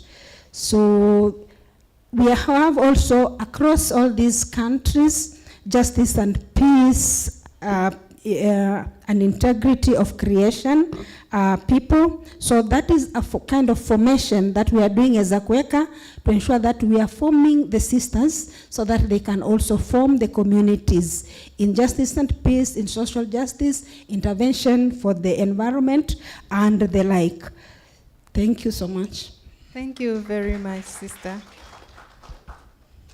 And now, Dr. Nathaniel, your work connects health and the environment. How does health of the rivers and wetlands affect the human health and community well-being? Thank you for this important question, very much aligned with the theme of today. And the way we see that work is that it's bidirectional, that you need healthy people inside and out who know who they are, so that they can recognize their connection also to the rivers and to the environments that we all share, one home within on planet Earth. But looking at the other direction, the way that the question was framed, there are so many scientific pathways, but also so many storytelling pathways that if we look at the proverbs within Swahili or in the indigenous languages, these are things that our parents, our grandparents, our ancestors captured into simple stories, into songs, into works of art, which are so important to convey these messages in a way that meets people where they are, especially children, to understand in these creative ways how the line between the environment inside of ourselves as people is not a clear one. The way that we can distinguish individuals or humanity, really we are a part of nature.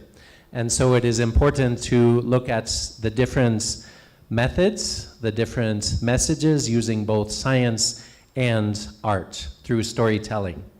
And just something that I think we can use, ujumbe yangu, ya moja, yaku, ya leo, ni moja tu, na ni hivyo.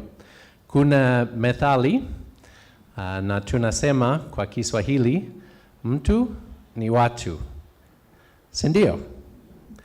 Lakini kwa siku ya leo, siku ya mto, tunaweza kusema mtu ni mto.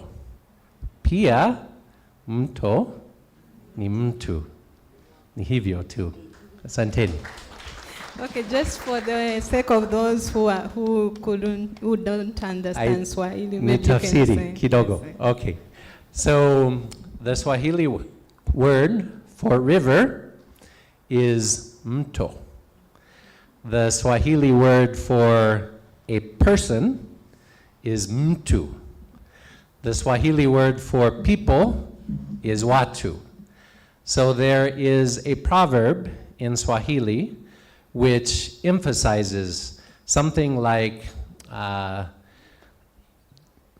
one I'm forgetting for Southern Africa.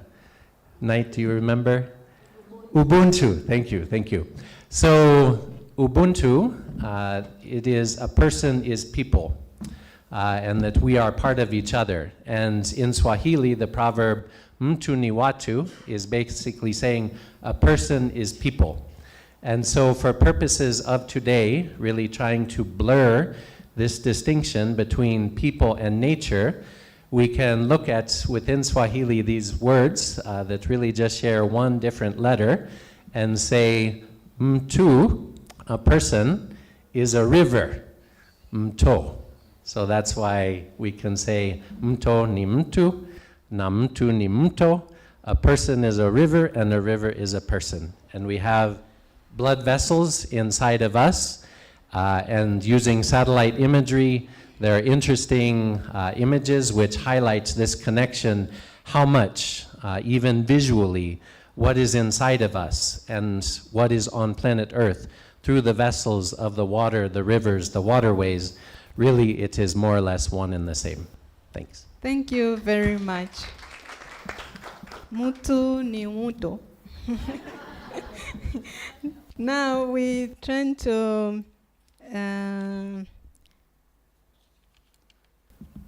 Waminja Sarah, Ondiri Wetlands. It is the source of the Nairobi River. Actually, the Nairobi River is just behind us, and a critical ecosystem for the region. From your experience at Friends of Ondiri Wetlands, how can community-led initiatives effectively protect the sources, and while ensuring that the local communities also benefit from the conservative efforts? So that's a very nice question. And as we know, in our country and so many other places, The communities are the ones who take care of the natural resources that are around them. So as for the case of Friends,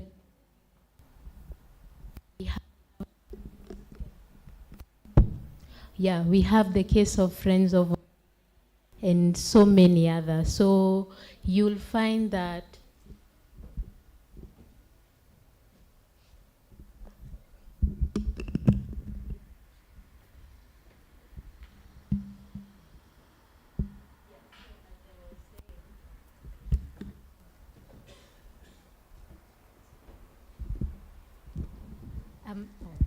So thank you.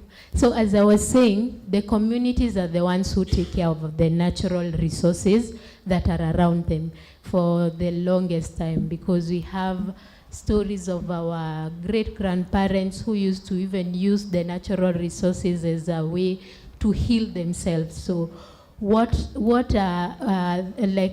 community really plays a major role when it comes to conservation.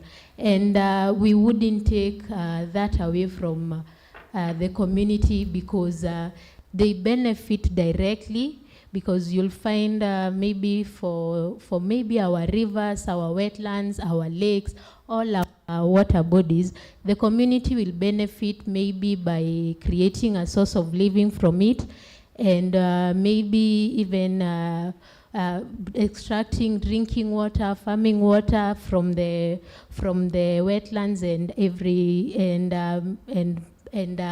our ecosystems.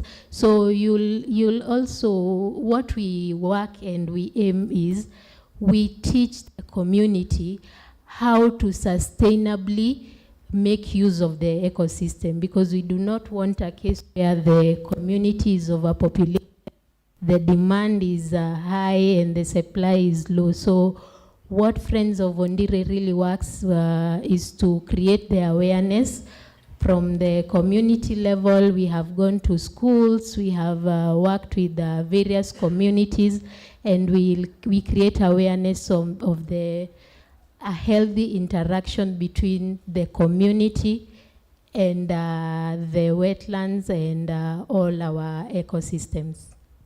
Thank you very much. And to James, the Laudato Si movement.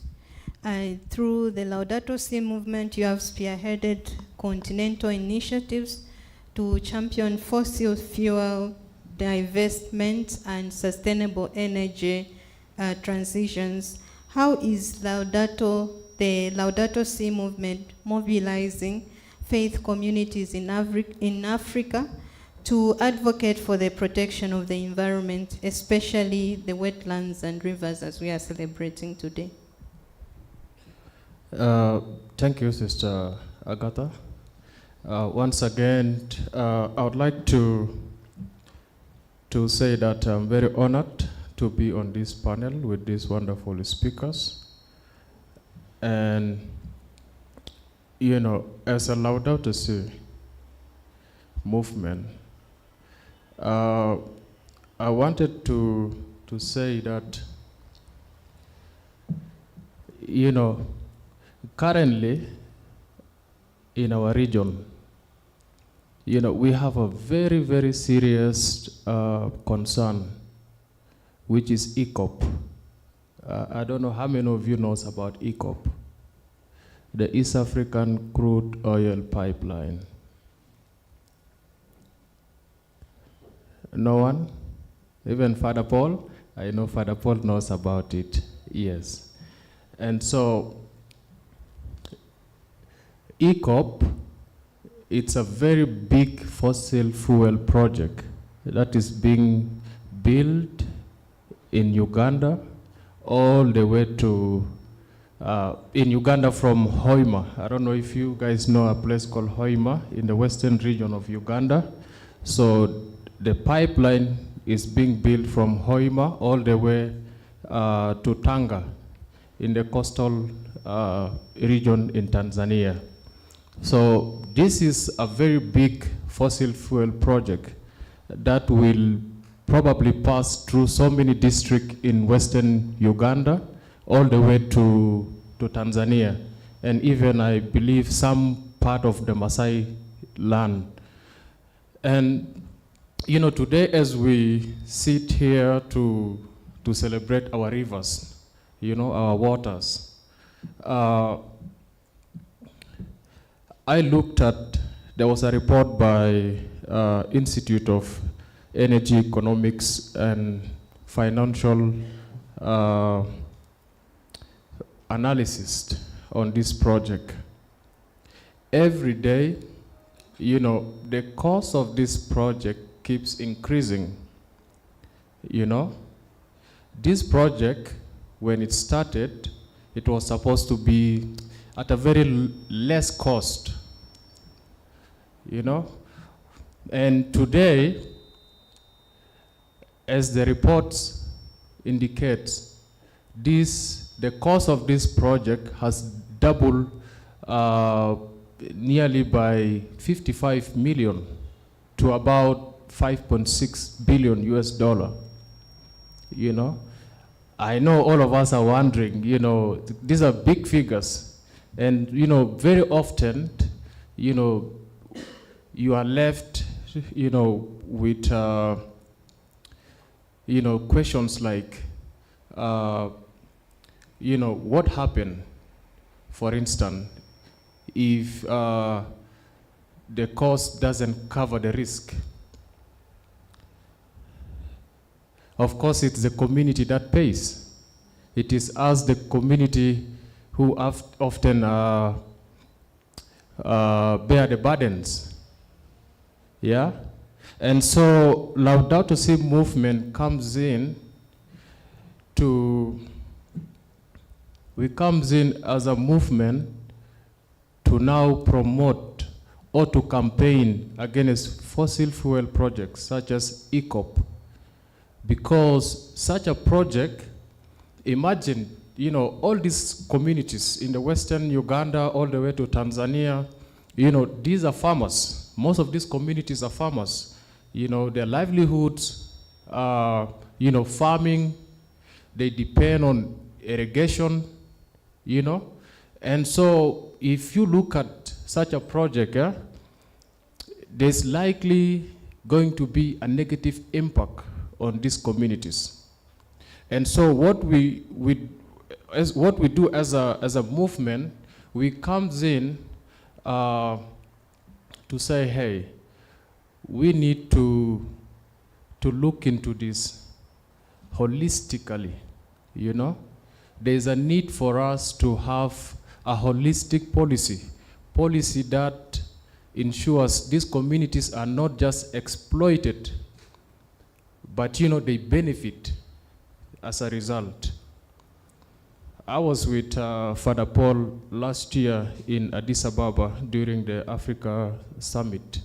And these are some of, the forums that we often engage ourselves with the policymakers, so that we bring to their attention that it's not just about the resources that our communities have, but the value that our communities have.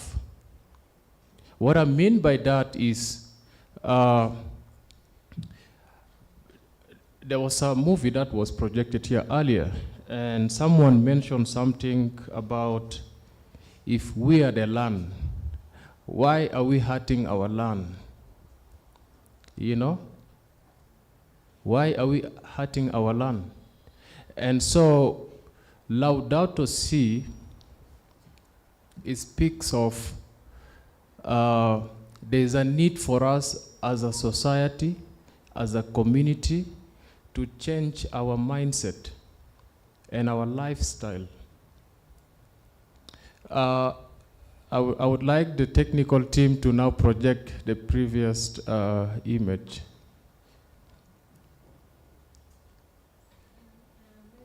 Yes, as I conclude, yes, there's a need for us to change our lifestyle and our mindset, because if we change our mindset and our lifestyle, we then look at these resources as a gift but not as a resources. Okay? Thank you. Thank you, sister.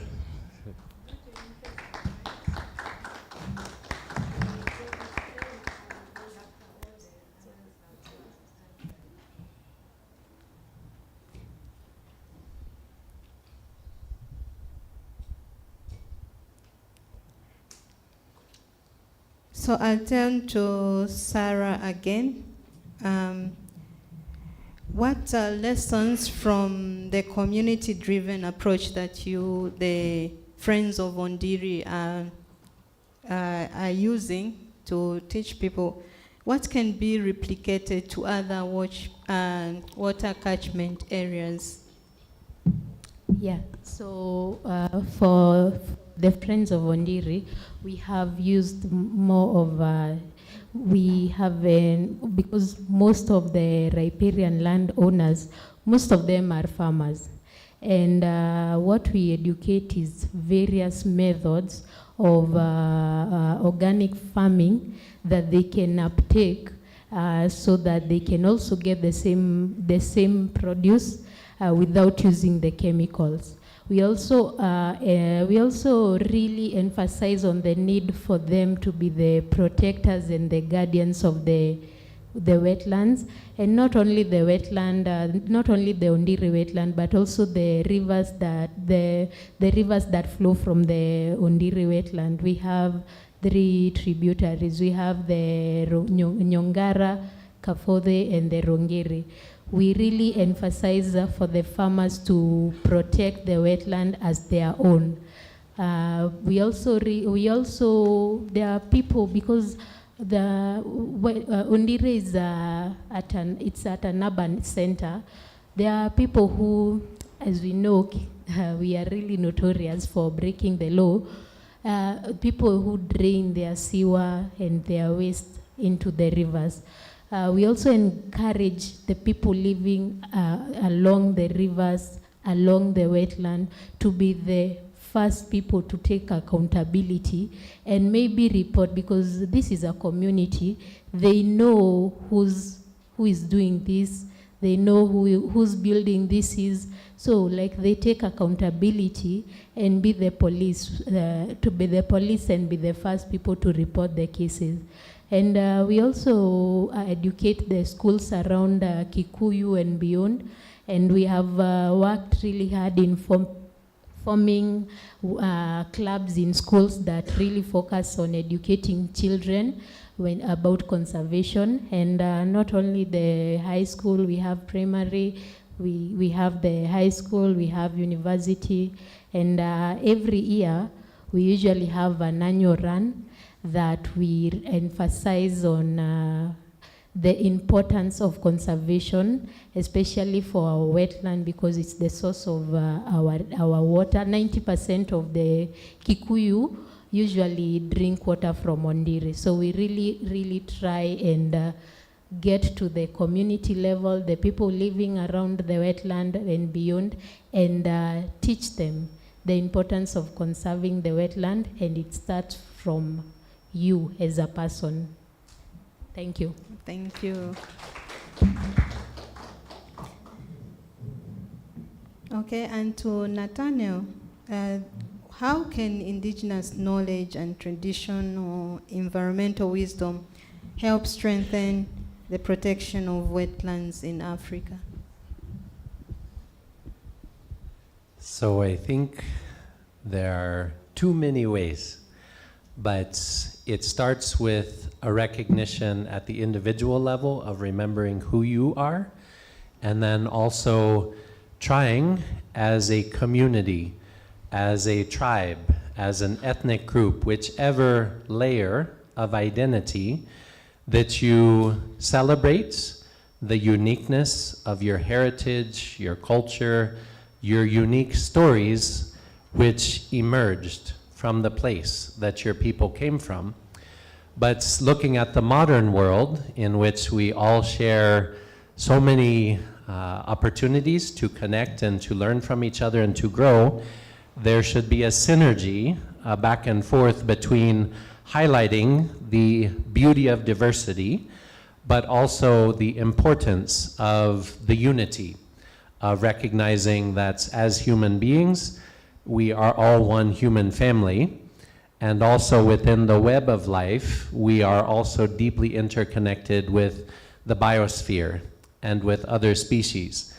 So there are opportunities to leverage, to take advantage of the best of modern technologies to try and address the largely underappreciated and underrecognized crisis about issues like language loss and forgetting the cultural traditions, the stories of which Africa is the global hotspot of linguistic diversity and in many ways cultural and biological diversity. So one specific example is to look at ways through AI, through apps, through art, that we can highlight and identify communities and languages that are at high risk of being lost. And coming together using educational pathways, using technology, and even call it social entrepreneurship, in a way that we can see how for these people, their language will not be lost. And that clearly benefits them, but it also collectively benefits all of us as human beings. Then the second point is around days like International Rivers Day. And because we've talked a lot about storytelling and arts, we could say conveniently or coincidentally in 6 days, I understand that Friday, March 20th, is celebrated around the world as World Storytelling Day. And so what I think our collective opportunity and a call to action is that if somehow we could make it so that every day is Earth Day, and that we can combine both the depth, which comes from focusing on specific days, specific issues like Rivers Day or Storytelling Day, but also the breadth in which we can, again, look at ways that we can remain connected and have coordinated advocacy so that we move together as one, as a movement like Laudato Si, of people from different places, from different backgrounds, but to move together to ensure that the people who are advocating, let's say, another approach, which is narrow-minded, which is human-centered, which is profit-driven, and arguably severely greedy and so unsustainable. But if we can continue convening events like this and make it so that we move together, we believe that there is a huge opportunity to affect change both locally and globally. So just to mention a couple, that's our organization together with our partners. We have Biodiversity Day coming up in May, where we are going to convene a biodiversity summit. We're in talks with one of our collaborators that is Precious Blood in Rairuta, and so we invite anyone who would be interested in being part of the planning for that event to join us in that dialogue. And then looking ahead to August, where we have the plan to do a scientific conference in Greater Nairobi, nested within a week-long series of events that we call AUCCW, African Universities and Communities Climate Week. And as part of that, we have the plan to do a CCC summit, that is Children, Climate, Conservation, and also an assembly that we say Stewardship and Spirituality Assembly, in which we want to have interfaith dialogue about how important it is to use our faith traditions to inspire a race to the top of who can walk the walk most powerfully and embody the messages of these unique and important faith traditions. So lots of opportunities and many ways that we can ensure what we have started will not end today, but it will continue far into the future. Thank you. Thank you very much. And Maxwell, since we are in the line of storytelling and arts, in your work with communities, you have seen situations where environmental degradation or water issues led to conflict. And how can the art help communities find peaceful solutions? Yeah, in terms of conflict, there's one conflict we call the resource-based conflict that affects the northern part of our country, and it's mainly as a result of the water resource. And as I'd said earlier, arts ignites conversations, and arts is the mirror of what we look like. And through this particular medium, arts can be used to bring people together, to highlight issues that are not really taken seriously by the community, and arts will create that space for people to talk about these issues of environment in a creative way. So the importance of arts is, as I said, create awareness, open space for people to talk, because normally we have the timid who are not able to speak, but they're able to experience. So through arts and performance and storytelling, there'll be that communication that will go around by people engaging with the performance or being part of the storytelling to tell their stories of what is really happening in the community. So through this particular platform, the narratives help highlight issues of environmental degradation in terms of portraying the picture and opening space for people to speak about them. Okay, thank you very much. And now, Sister Olga, how can the church's message be of care for creation inspire communities to see that the protection of rivers also protects human dignity and human life? Yes, the message embodied in Laudato Si itself, it is really a call to action to everyone to protect the human person, the human community, because we know very well that looking at the environmental crisis, let us say, of last week, as you saw, as it was said here, we saw how people suffered just because of Nairobi River. One of the aspects was that Nairobi River bursted. But if you followed the news at the beginning of this year, around December, January, in Mozambique there were severe floods.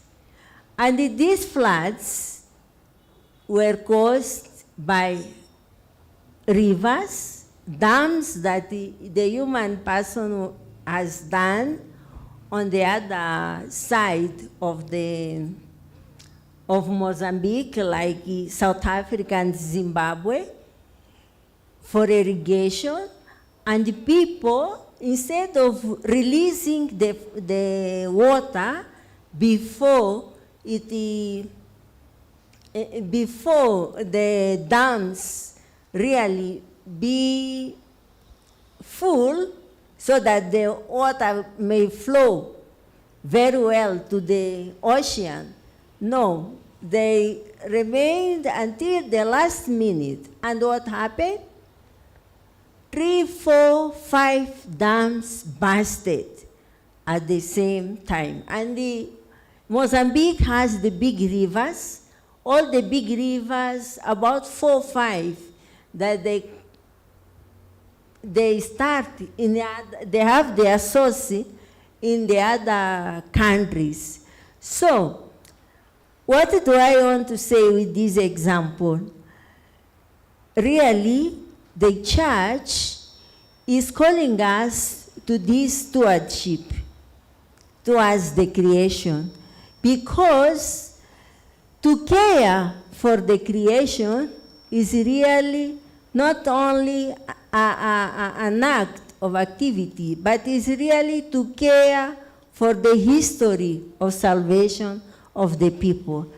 And as I said here earlier, Laudato Si calls us to care for our common home because it believes the cry of the earth is also the cry of the suffering person. And we are called to embrace and alleviate the sufferings of the people as Jesus did. But on that also I can invite Father Paul later to comment a bit, because he is the one that really at the Amisia region, he has the duty to advocate, propagate, and help us to understand the teachings of Laudato Si, and to implement also. Thank you. Thank you very much. Since we are talking about Laudato Si, I would like to ask James, from your experience in global climate space like COP28 and the African Climate Summit, how can international climate commitments translate into local protection of rivers and wetlands? Thank you, Sister Agatha, for that wonderful question. I would like to build my response on what Nathan and Sister mentioned on our collective efforts, and also our emphasis as Laudato Si movement on ecological action. And so, you know, if we looked at all the issues that we are having today in our communities, for instance, the floods and climate change, you know, 90% of it, it's a result of our actions, isn't it? Yes, 90% is a result of our actions. And, you know, we as a community, you know, we have a very poor waste management, you know. Today, you move around Nairobi, you will look at our rivers have become a dumping site. Am I wrong? Our rivers have become a dumping site, you know. You looked at, for instance, let me mention our infrastructures. Look at the tall buildings that are being built in Lavington, in Kileleshwa. You know, most of them are being built upon rivers. You know, most of these buildings are built upon rivers. So what do we expect, you know, as a community, as people? Do we have to blame the rain because it has rained and it has flooded? No, we need the rain. You know, water is essential. In fact, water, it's a backbone, you know, of our livelihood. Let me use that. We survived on water. Isn't that so? And so, just to, in addition, good people, I wanted to say that today, as we are seated here, you know, assume that the door is locked and none of us, you know, is able to open the door. Yeah? What do we do in this scenario? Of course, you'll try and exit through the window. Yeah? You will try and exit through the window. Exactly the same thing water does. You know? If we create buildings, if we blocked the water pathways, water will always create its way. Umesikia? Water will always find its ways. You know? That is why we are having floods, because we don't have proper drainage systems. We have blocked the drainage system by littering all over, you know. And so, Sister mentioned something on ecological action. What we mean by ecological action is what Pope Francis mentioned in his letter, that we, the people, we need to be we need to change our lifestyle, which he mentioned it as ecological conversion. Yeah? And so, I'm concluding, Sister Agatha. I know you're very strict with time. And so, as we sit here today, yeah, it's no longer about the church. It's no longer about the young people who are here. It is about everyone needs to contribute to finding a sustainable solution.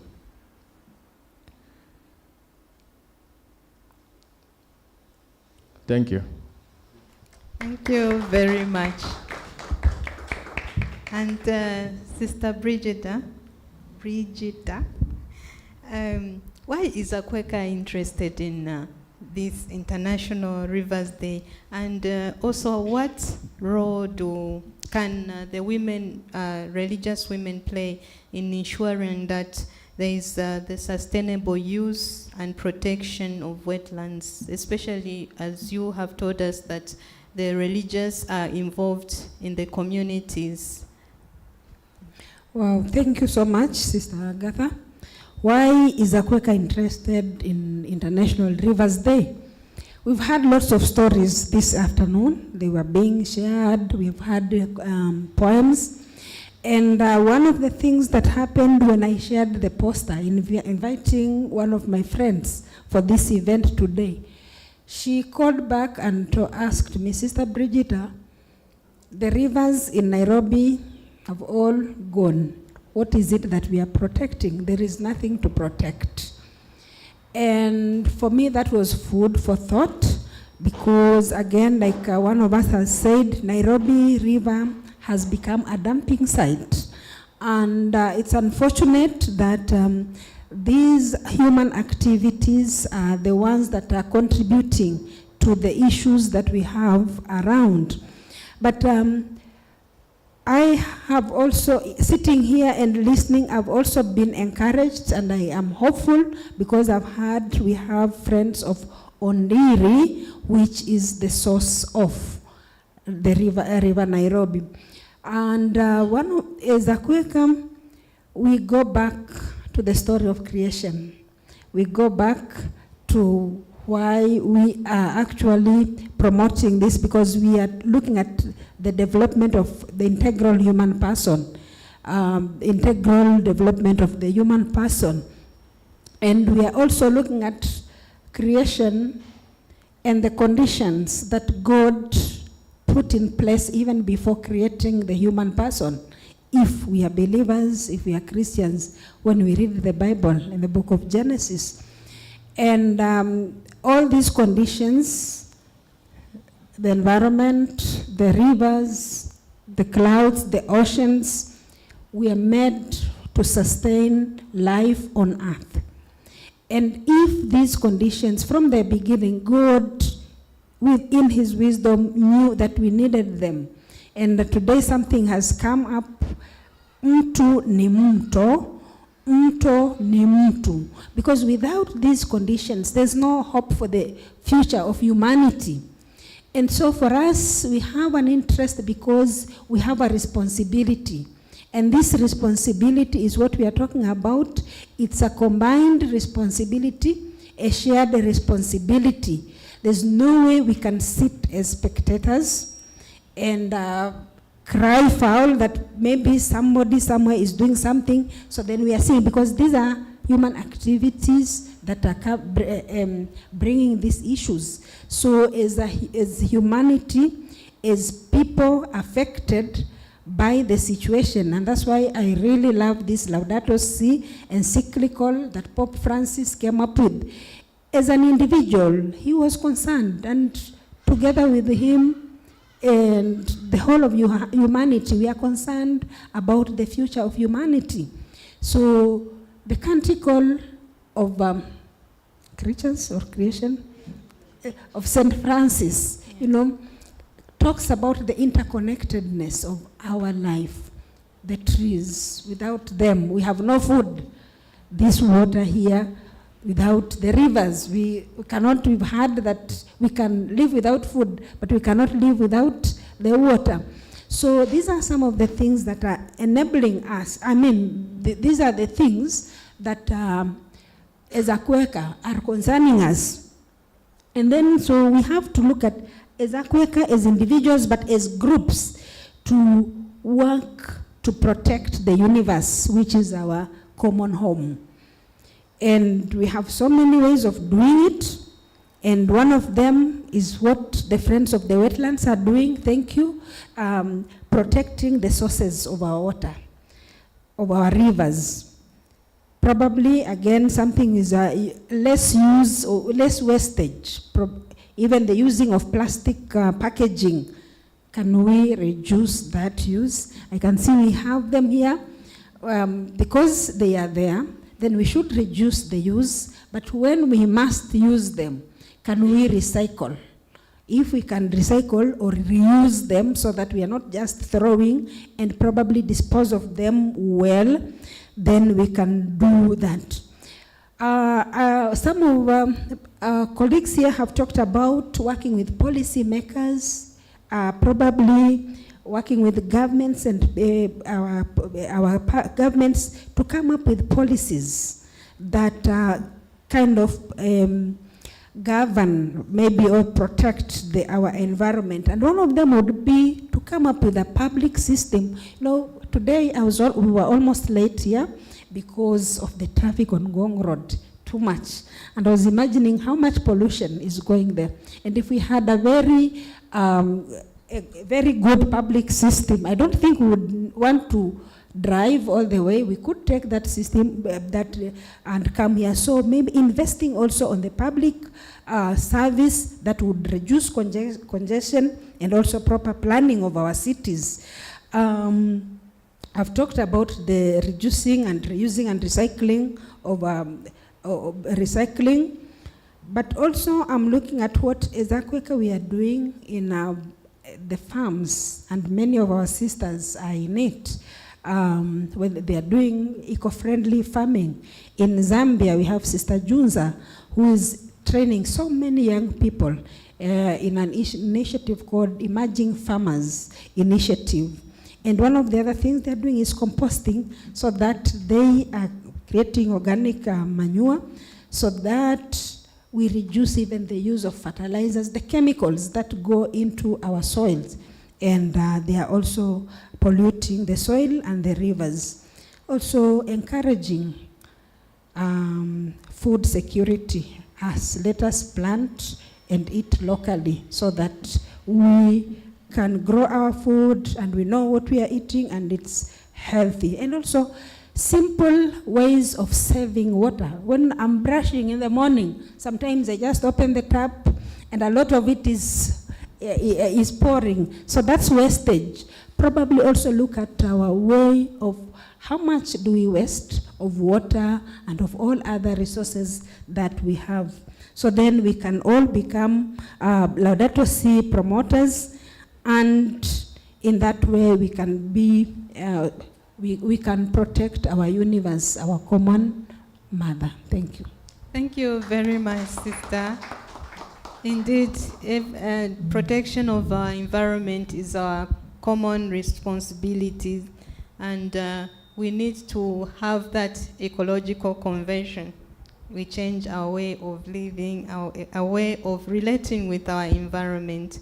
And so after these able women and men, after they have spoken, maybe somebody is itching to ask something. So I allow some questions from the audience. Some questions, reactions from the audience. And maybe as they prepare themselves, I would invite Father Paul to say something about what Sister Olga was.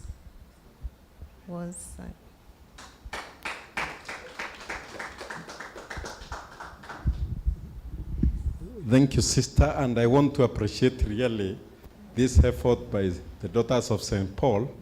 I normally tell them they are my daughters because I'm Father Paul. Clap for me. Thank you so much for this effort. I want to appreciate this discussion. One, like I mentioned, Laudato Si number 30, the Holy Father said that all of us have right to water. And not only water, but clean drinking water. And of course, when you imagine about our people, especially in Africa, who are living in settlement area like slums, and then they don't have that opportunity, really, you feel pain when you find people who are not either conserving or managing water well, or water governance. The second point I want to underline, after the Laudato Si, the Holy Father again, Pope Francis, came with another document which is called also Aqua Vitae. I don't know Vitae in those who know Latin well here. But it's water also, a document on water, which is also an encyclical by the Holy Father, Pope Francis. And in this also, it has thematic areas specific on how we address also water governance. And one of them is also saying, you've been hearing of the COP meetings, which the African continent has been raising issues about adaptation, food security, climate financing, resilience, and mitigation. These ones are not very new to you, isn't it? So in this, the Aqua Vitae, the Holy Father was saying, of course, our background is always from the Word of God. The water, as quoted by one of us here from the Psalms, even the Psalms 131, the rivers of Babylon, the creation story in Genesis, all this is so specific to our faith. And that's why he says, water is life. Water is what? Life. Water is? Life. And that's how we see it, all of us, that without water, there is no existence of life. The second thing is that we were coming from an African climate summit, sister, because the COP agreed that the next COP, COP32, after this year now, which will be that one COP, the COP32 will be happening in Africa. And the own discussion will be about water.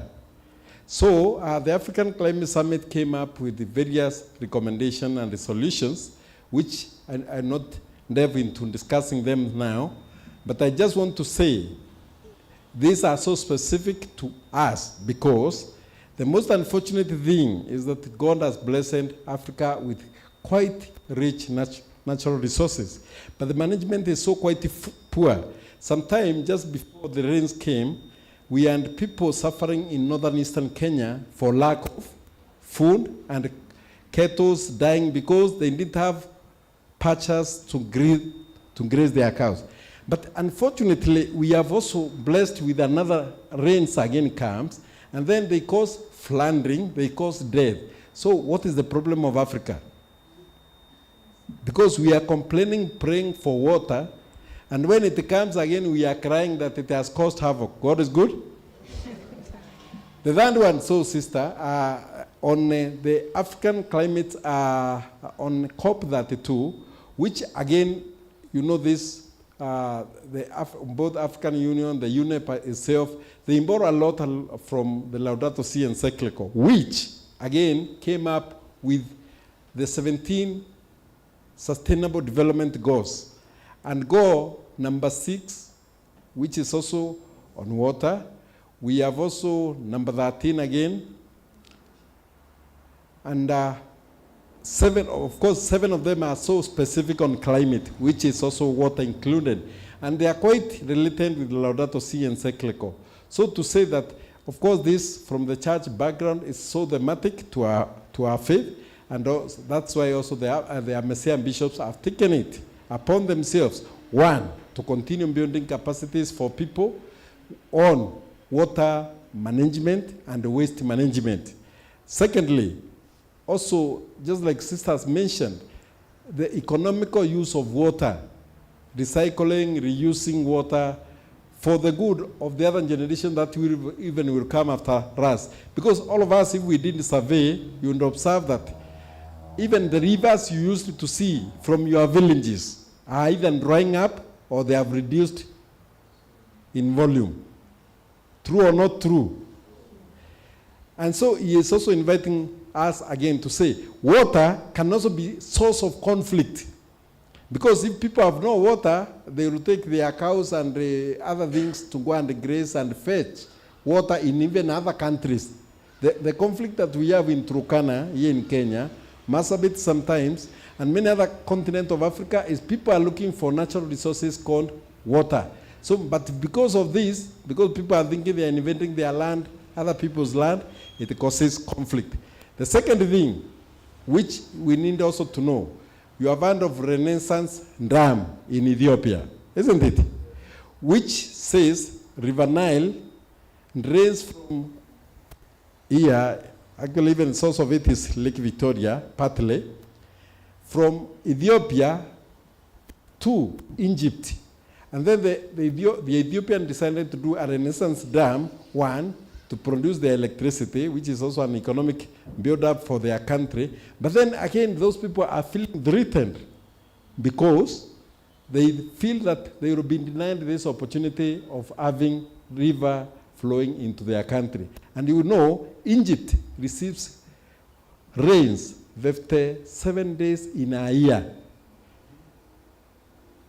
Equally Israel. But the greening that is in Israel and Egypt, you can't compare to us who have even equatorial rain. God is good.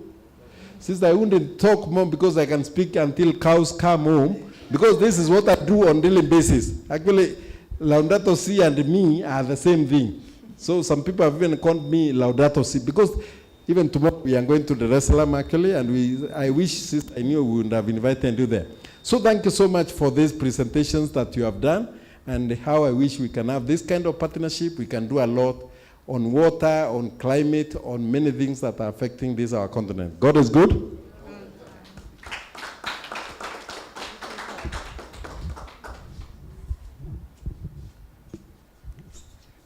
Yes. There's a question.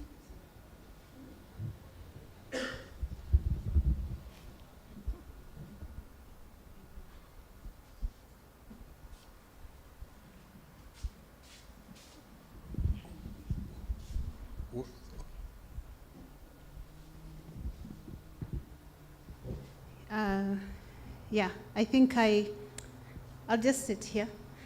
So my name is Wakigera, and I work with the same organization, ACOFE, as Dr. Nathan. And I want to say thank you to the hosts and to the panel and to everybody else, including Father Paul, and all of us for coming here to have this conversation. And what comes to my mind is what comes next. Like, we have an amazing panel, but are you going to see each other again? Are we going to continue these conversations, or do we say all these very important, amazing things? We have artists who are part of this. I want to hear what next, so that when you call us next, we can say, and these are our accomplishments, and this is how we will have worked together.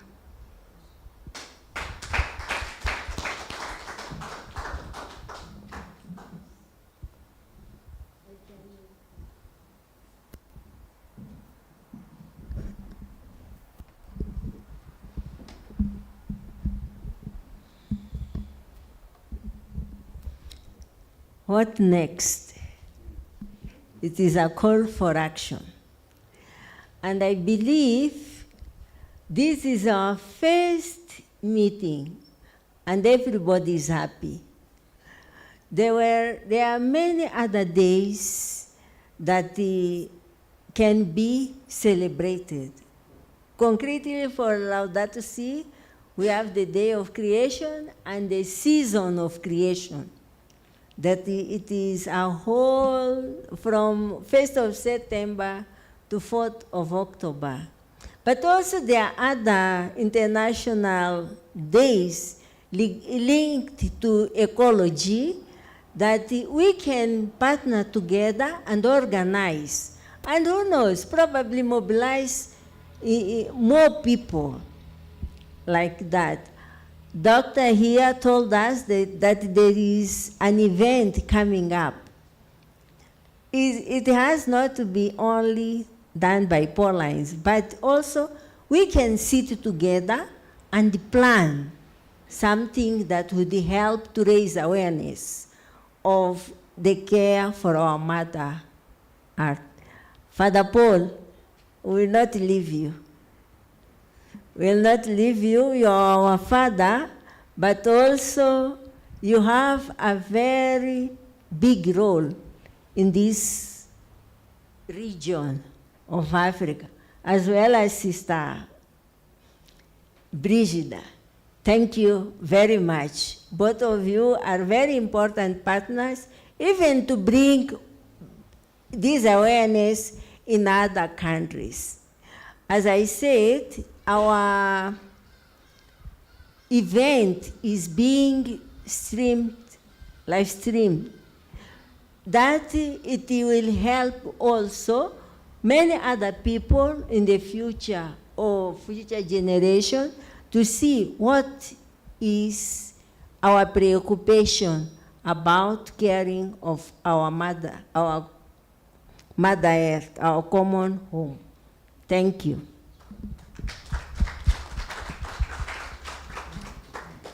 Thank you for the question. I think World Water Day, I don't have that one memorized, but looking at this theme of today, I know Friends of Ondiri has hosted several high-level events celebrating the World Wetlands Day. That was almost 1 month ago. It is every year on February 22nd. So maybe to give ourselves a bit of clarity on days that we can look at, that we can continue celebrating together, at least those three, the Wetlands Day, the Rivers Day, and the Water Day, could be a starting point.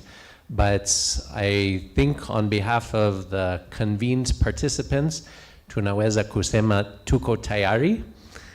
We are able to say we are ready, and so a request for the organizers who have brought us together is to ensure that the momentum from today, it carries forward, because I believe that we are all ready and willing and able to ensure that what we are continuing or even beginning today, that it can for sure continue.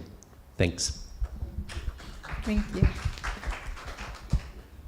One of the things I was asked by many people when I talked about this event was, what is International Rivers Day?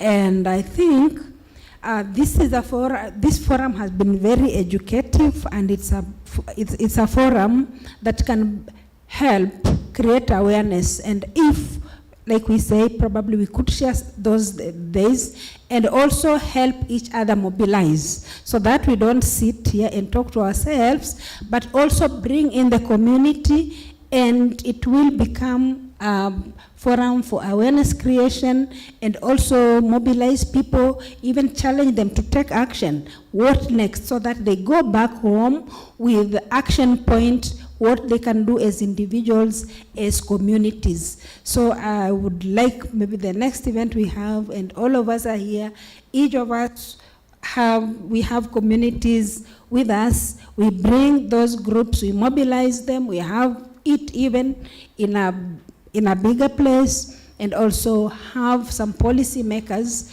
people who also are key at shaping how events happen, what happens in our country, and bring also other stakeholders, so that we can learn. I'm sure today I learned a lot. There are so many things I didn't know, and I knew them today.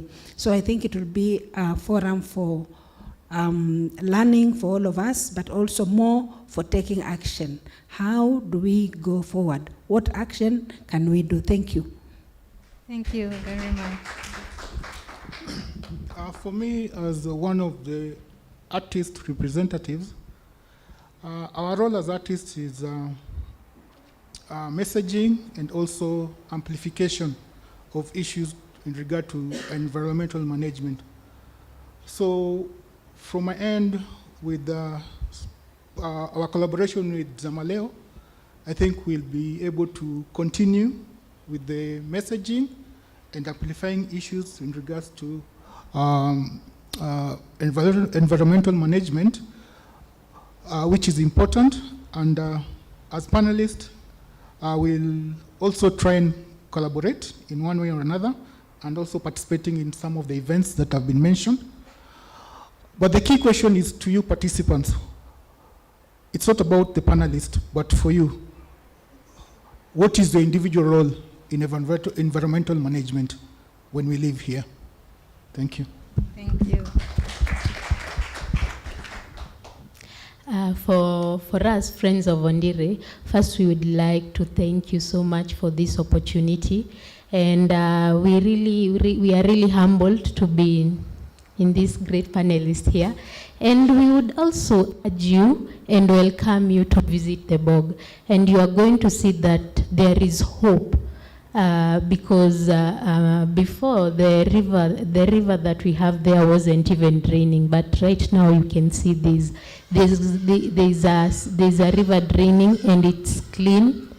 The water there is clean, and that's the water that comes all the way to Nairobi River. So you are going to be able to see there's hope for even this Nairobi River to be a clean river, and maybe someday, as our able president said, there's going to be fish someday. Yeah, so there is hope, and we are going to be with you guys every part of the way, because we want this. We want people to be enriched and know what conservation is all about, and take responsibility as a person, as he has said and asked all of us. What is your role when it comes to conservation? That should be a food for thought when you go home.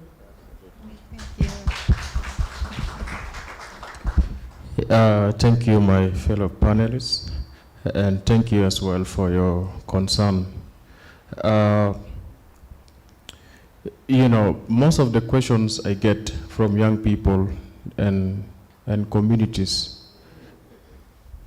is, what is a Laudato Si animators?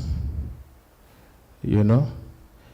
And so as a Laudato Si movement, we are enrolling a Laudato Si animators training. It's starting 14th of next month. I have the information with the technical team. I know they will project it so that for you to enroll yourself, you know, enroll for this Laudato Si animators training. And there's also animators of animators. Once you become a Laudato Si animator, now you can enroll to become animators of animators, so that you have the status to be able to train people now to also become Laudato Si animators. So this training will equip you with the skill, yeah, for you to be able to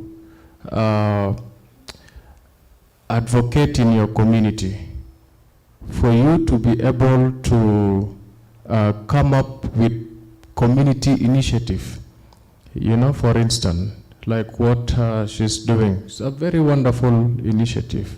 So I'm urging you all, the participants, once the technical team share the link, kindly enroll yourself for this Laudato Si animators training, and also share it with your network. You know, this is the only way for us to sanitize our habits and become responsible of our communities. Thank you. Thank you very much. Now, Paulines, well, they're not great. Great. They are great men and women, right? So we have responsibilities at an individual level. How are we going to protect this, our common home? How are we going to protect rivers? Because we have heard that protecting rivers will protect people. We have heard mtu ni utu. Yes.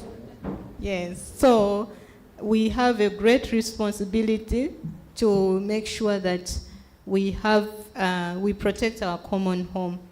So thank you very much to our panelists for enlightening us, for giving us a food for thought. I'm sure when we go back, we'll be thinking of what next, what should we do at an individual level. So I invite the audience to give them a round of applause.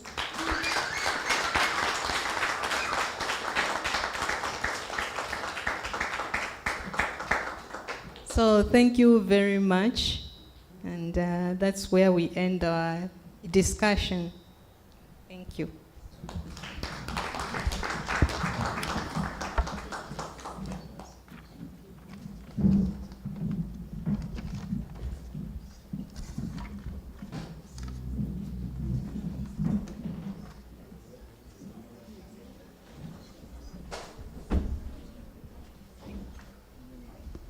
Another round of applause for our awesome panelists, and another round of applause for our moderator, Sister Agatha.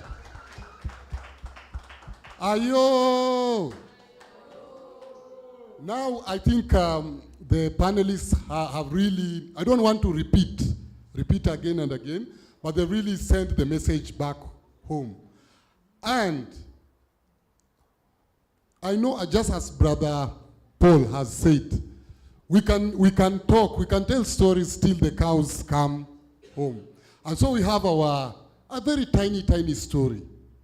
And it's related also, as Sister Brigitta said, the creations. Whenever you mention creations, storytellers, our minds start bubbling with stories.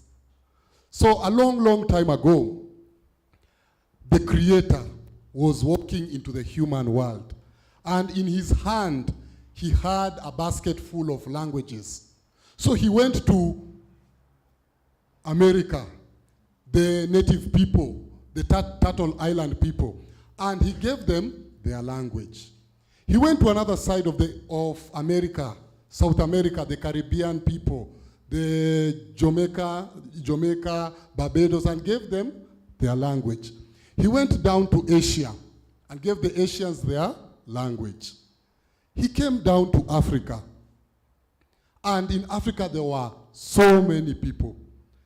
And the Creator decided to now throw the languages. So each village, one village spoke one language. Another village spoke another language. One island spoke one language.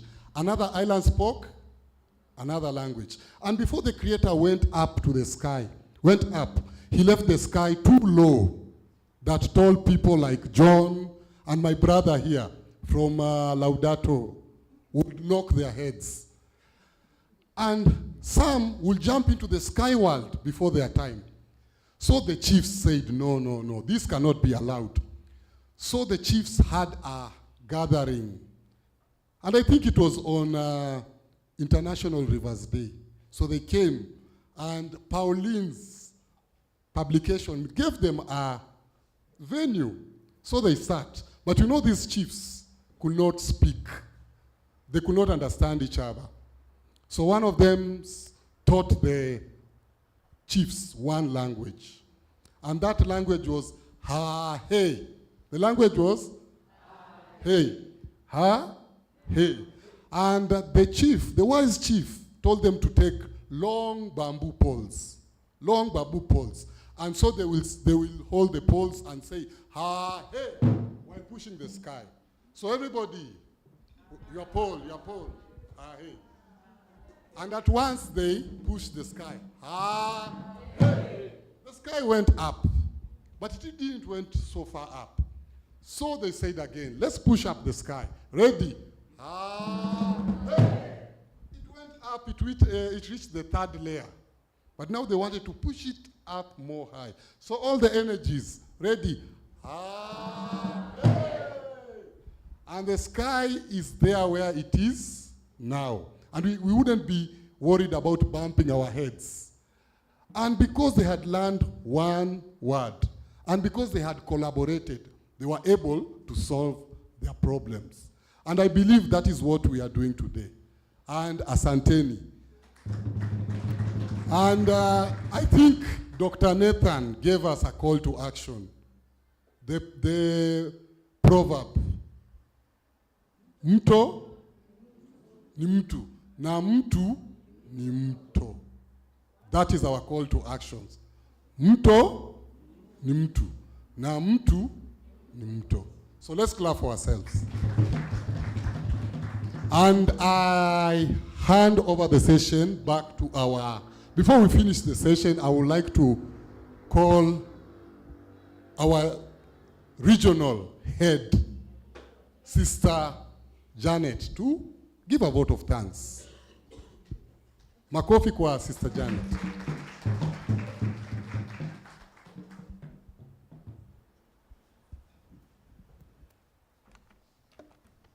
God is good, and all the time. My goodness, you seem like you are very tired. Hey. At least there is some life. I am happy having listened to each one of us speak. Honestly speaking, the topic that we have today, protect rivers, protect people, is very, very vital in our life as individuals and as a community. This is the reason. We have taken it for granted that we have rivers. And as the theme tells us, we have taken it also for granted that we have life and we have one another. If you want to relate it, probably the way I've been thinking is in this way. We don't respect life. We have lost the value of life in a way that we do what we want, when we want, and how we want. We have all reasons to justify our actions. And because of that, our rivers are paying for it. Because what I do, I don't want to care about my neighbor, or I don't want even to think about what the other person will go through, as long as it benefits me as an individual. And that is being selfish. And as a result, we can see the floods, we can experience all the climate change, we can face it, all of us. We are crying. But as much as we are crying, probably we really need to sit down and see, can we change our mindset? Can we once again appreciate what we have? If we begin from there, things will be far much better. Thank you so much to our organizers. The theme is up to date. You have given us a thought that will keep us going probably until the next session or the next meeting that we will have. But it is not just going to remain as a thought. It is a call to put into action. And I also want to give you a very brief example. Whenever we travel, maybe it is me who is too sensitive, I don't know. We have grown fond of throwing things through the window of the cars. We drop bottles, we drop pieces of sweets and all that. And we don't care. But then we don't know the destination of those items that are dropped through the window. Eventually they land in our river. You are talking of River Nairobi. It is just close here, but it's not a river, it's a sewage. And when there's no rain, it smells. Terrible smell that you feel like leaving the offices to go and work somewhere else. But it is our contribution. So my dear brothers and sisters, let me not lecture you too much, but I want to appreciate, first of all those who have organized this day. It has been very successful according to my observation. And I also want to appreciate our partners, the stakeholders who are in Akweka. Sister, thank you very much for coming. Laudato Si, our brother, thank you, together with Father. And friends of Wandiri Wetlands, you know, I was impressed. You are all young, and I think that shows life in us. Thank you for coming. Then there is a British Council, which I tend to think is Doctor and your team or whoever. Yes. Kindly receive our appreciations. And then there's the Zamaleo Act, East Africa, together with all those who have been here. Our novices, our sisters who have worked very hard and tirelessly together with our staff. You see them standing here. These are our collaborators. Thank you for making this day what it is and what it has been. Sister Praxidis, together with your team, thank you. Olga, I think she deserves a piece of ice cream or a container if you can manage. Just one word before I finish. So I don't know if you noticed, but from the panelists, as they were responding to different questions, I noted that we are connected. We are a cycle of life, whether we like it or not. We will not talk just about, that's the way the rivers flow down. We are connected in one way or another. Sister Olga is into communication and publications. There is doctor there dealing with the medicine and all that. There is Sister Akweka here trying to help us understand what is the role of the sisters in this whole thing. There is our brother there also helping us in art, together with our sister from Wetlands. And finally from Laudato, you can see the connection of each one of us as an individual and as a society. So my friend, if you live here, remember you are not an individual. You cannot be you and you alone. We are one, even though we are different. So please keep up the spirit and let us live that unity that will help us to, first of all, remember that we are called to salvation, to pass on and promote dignity of one another. May God continue to bless us and bless our efforts. Nice evening. Thank you.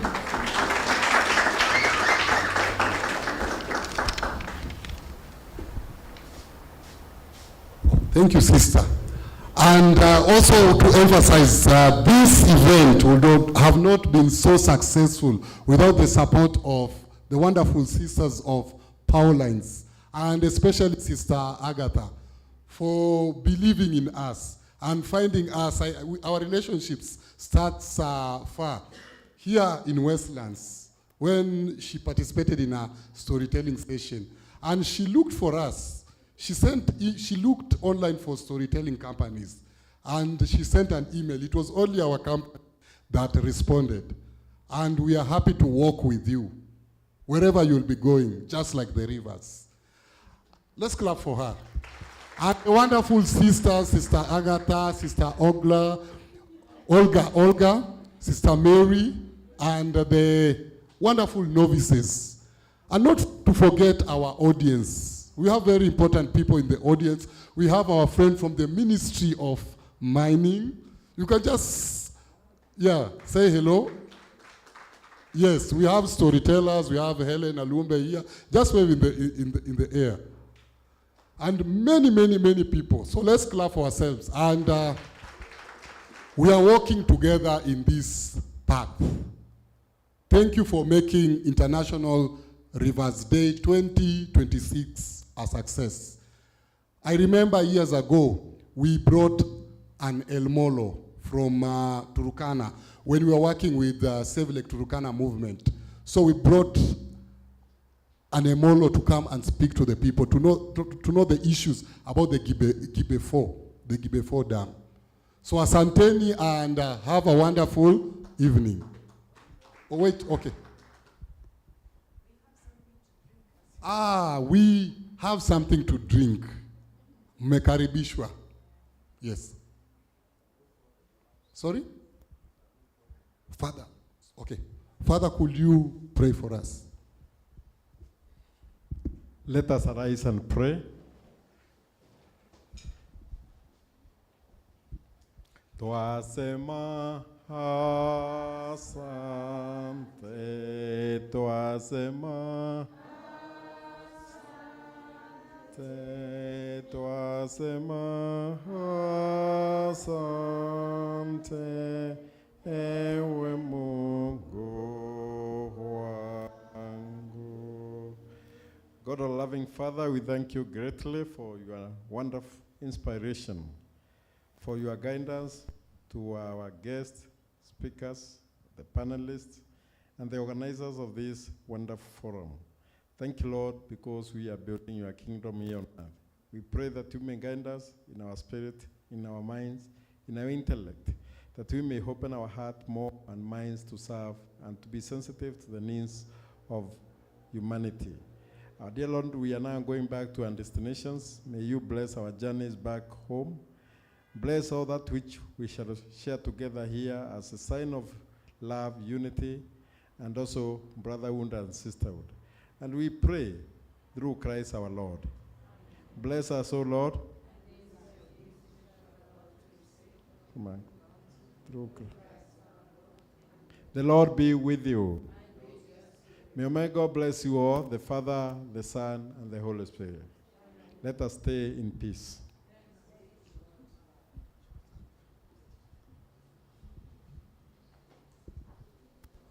A group photo, just for remembering. Yes.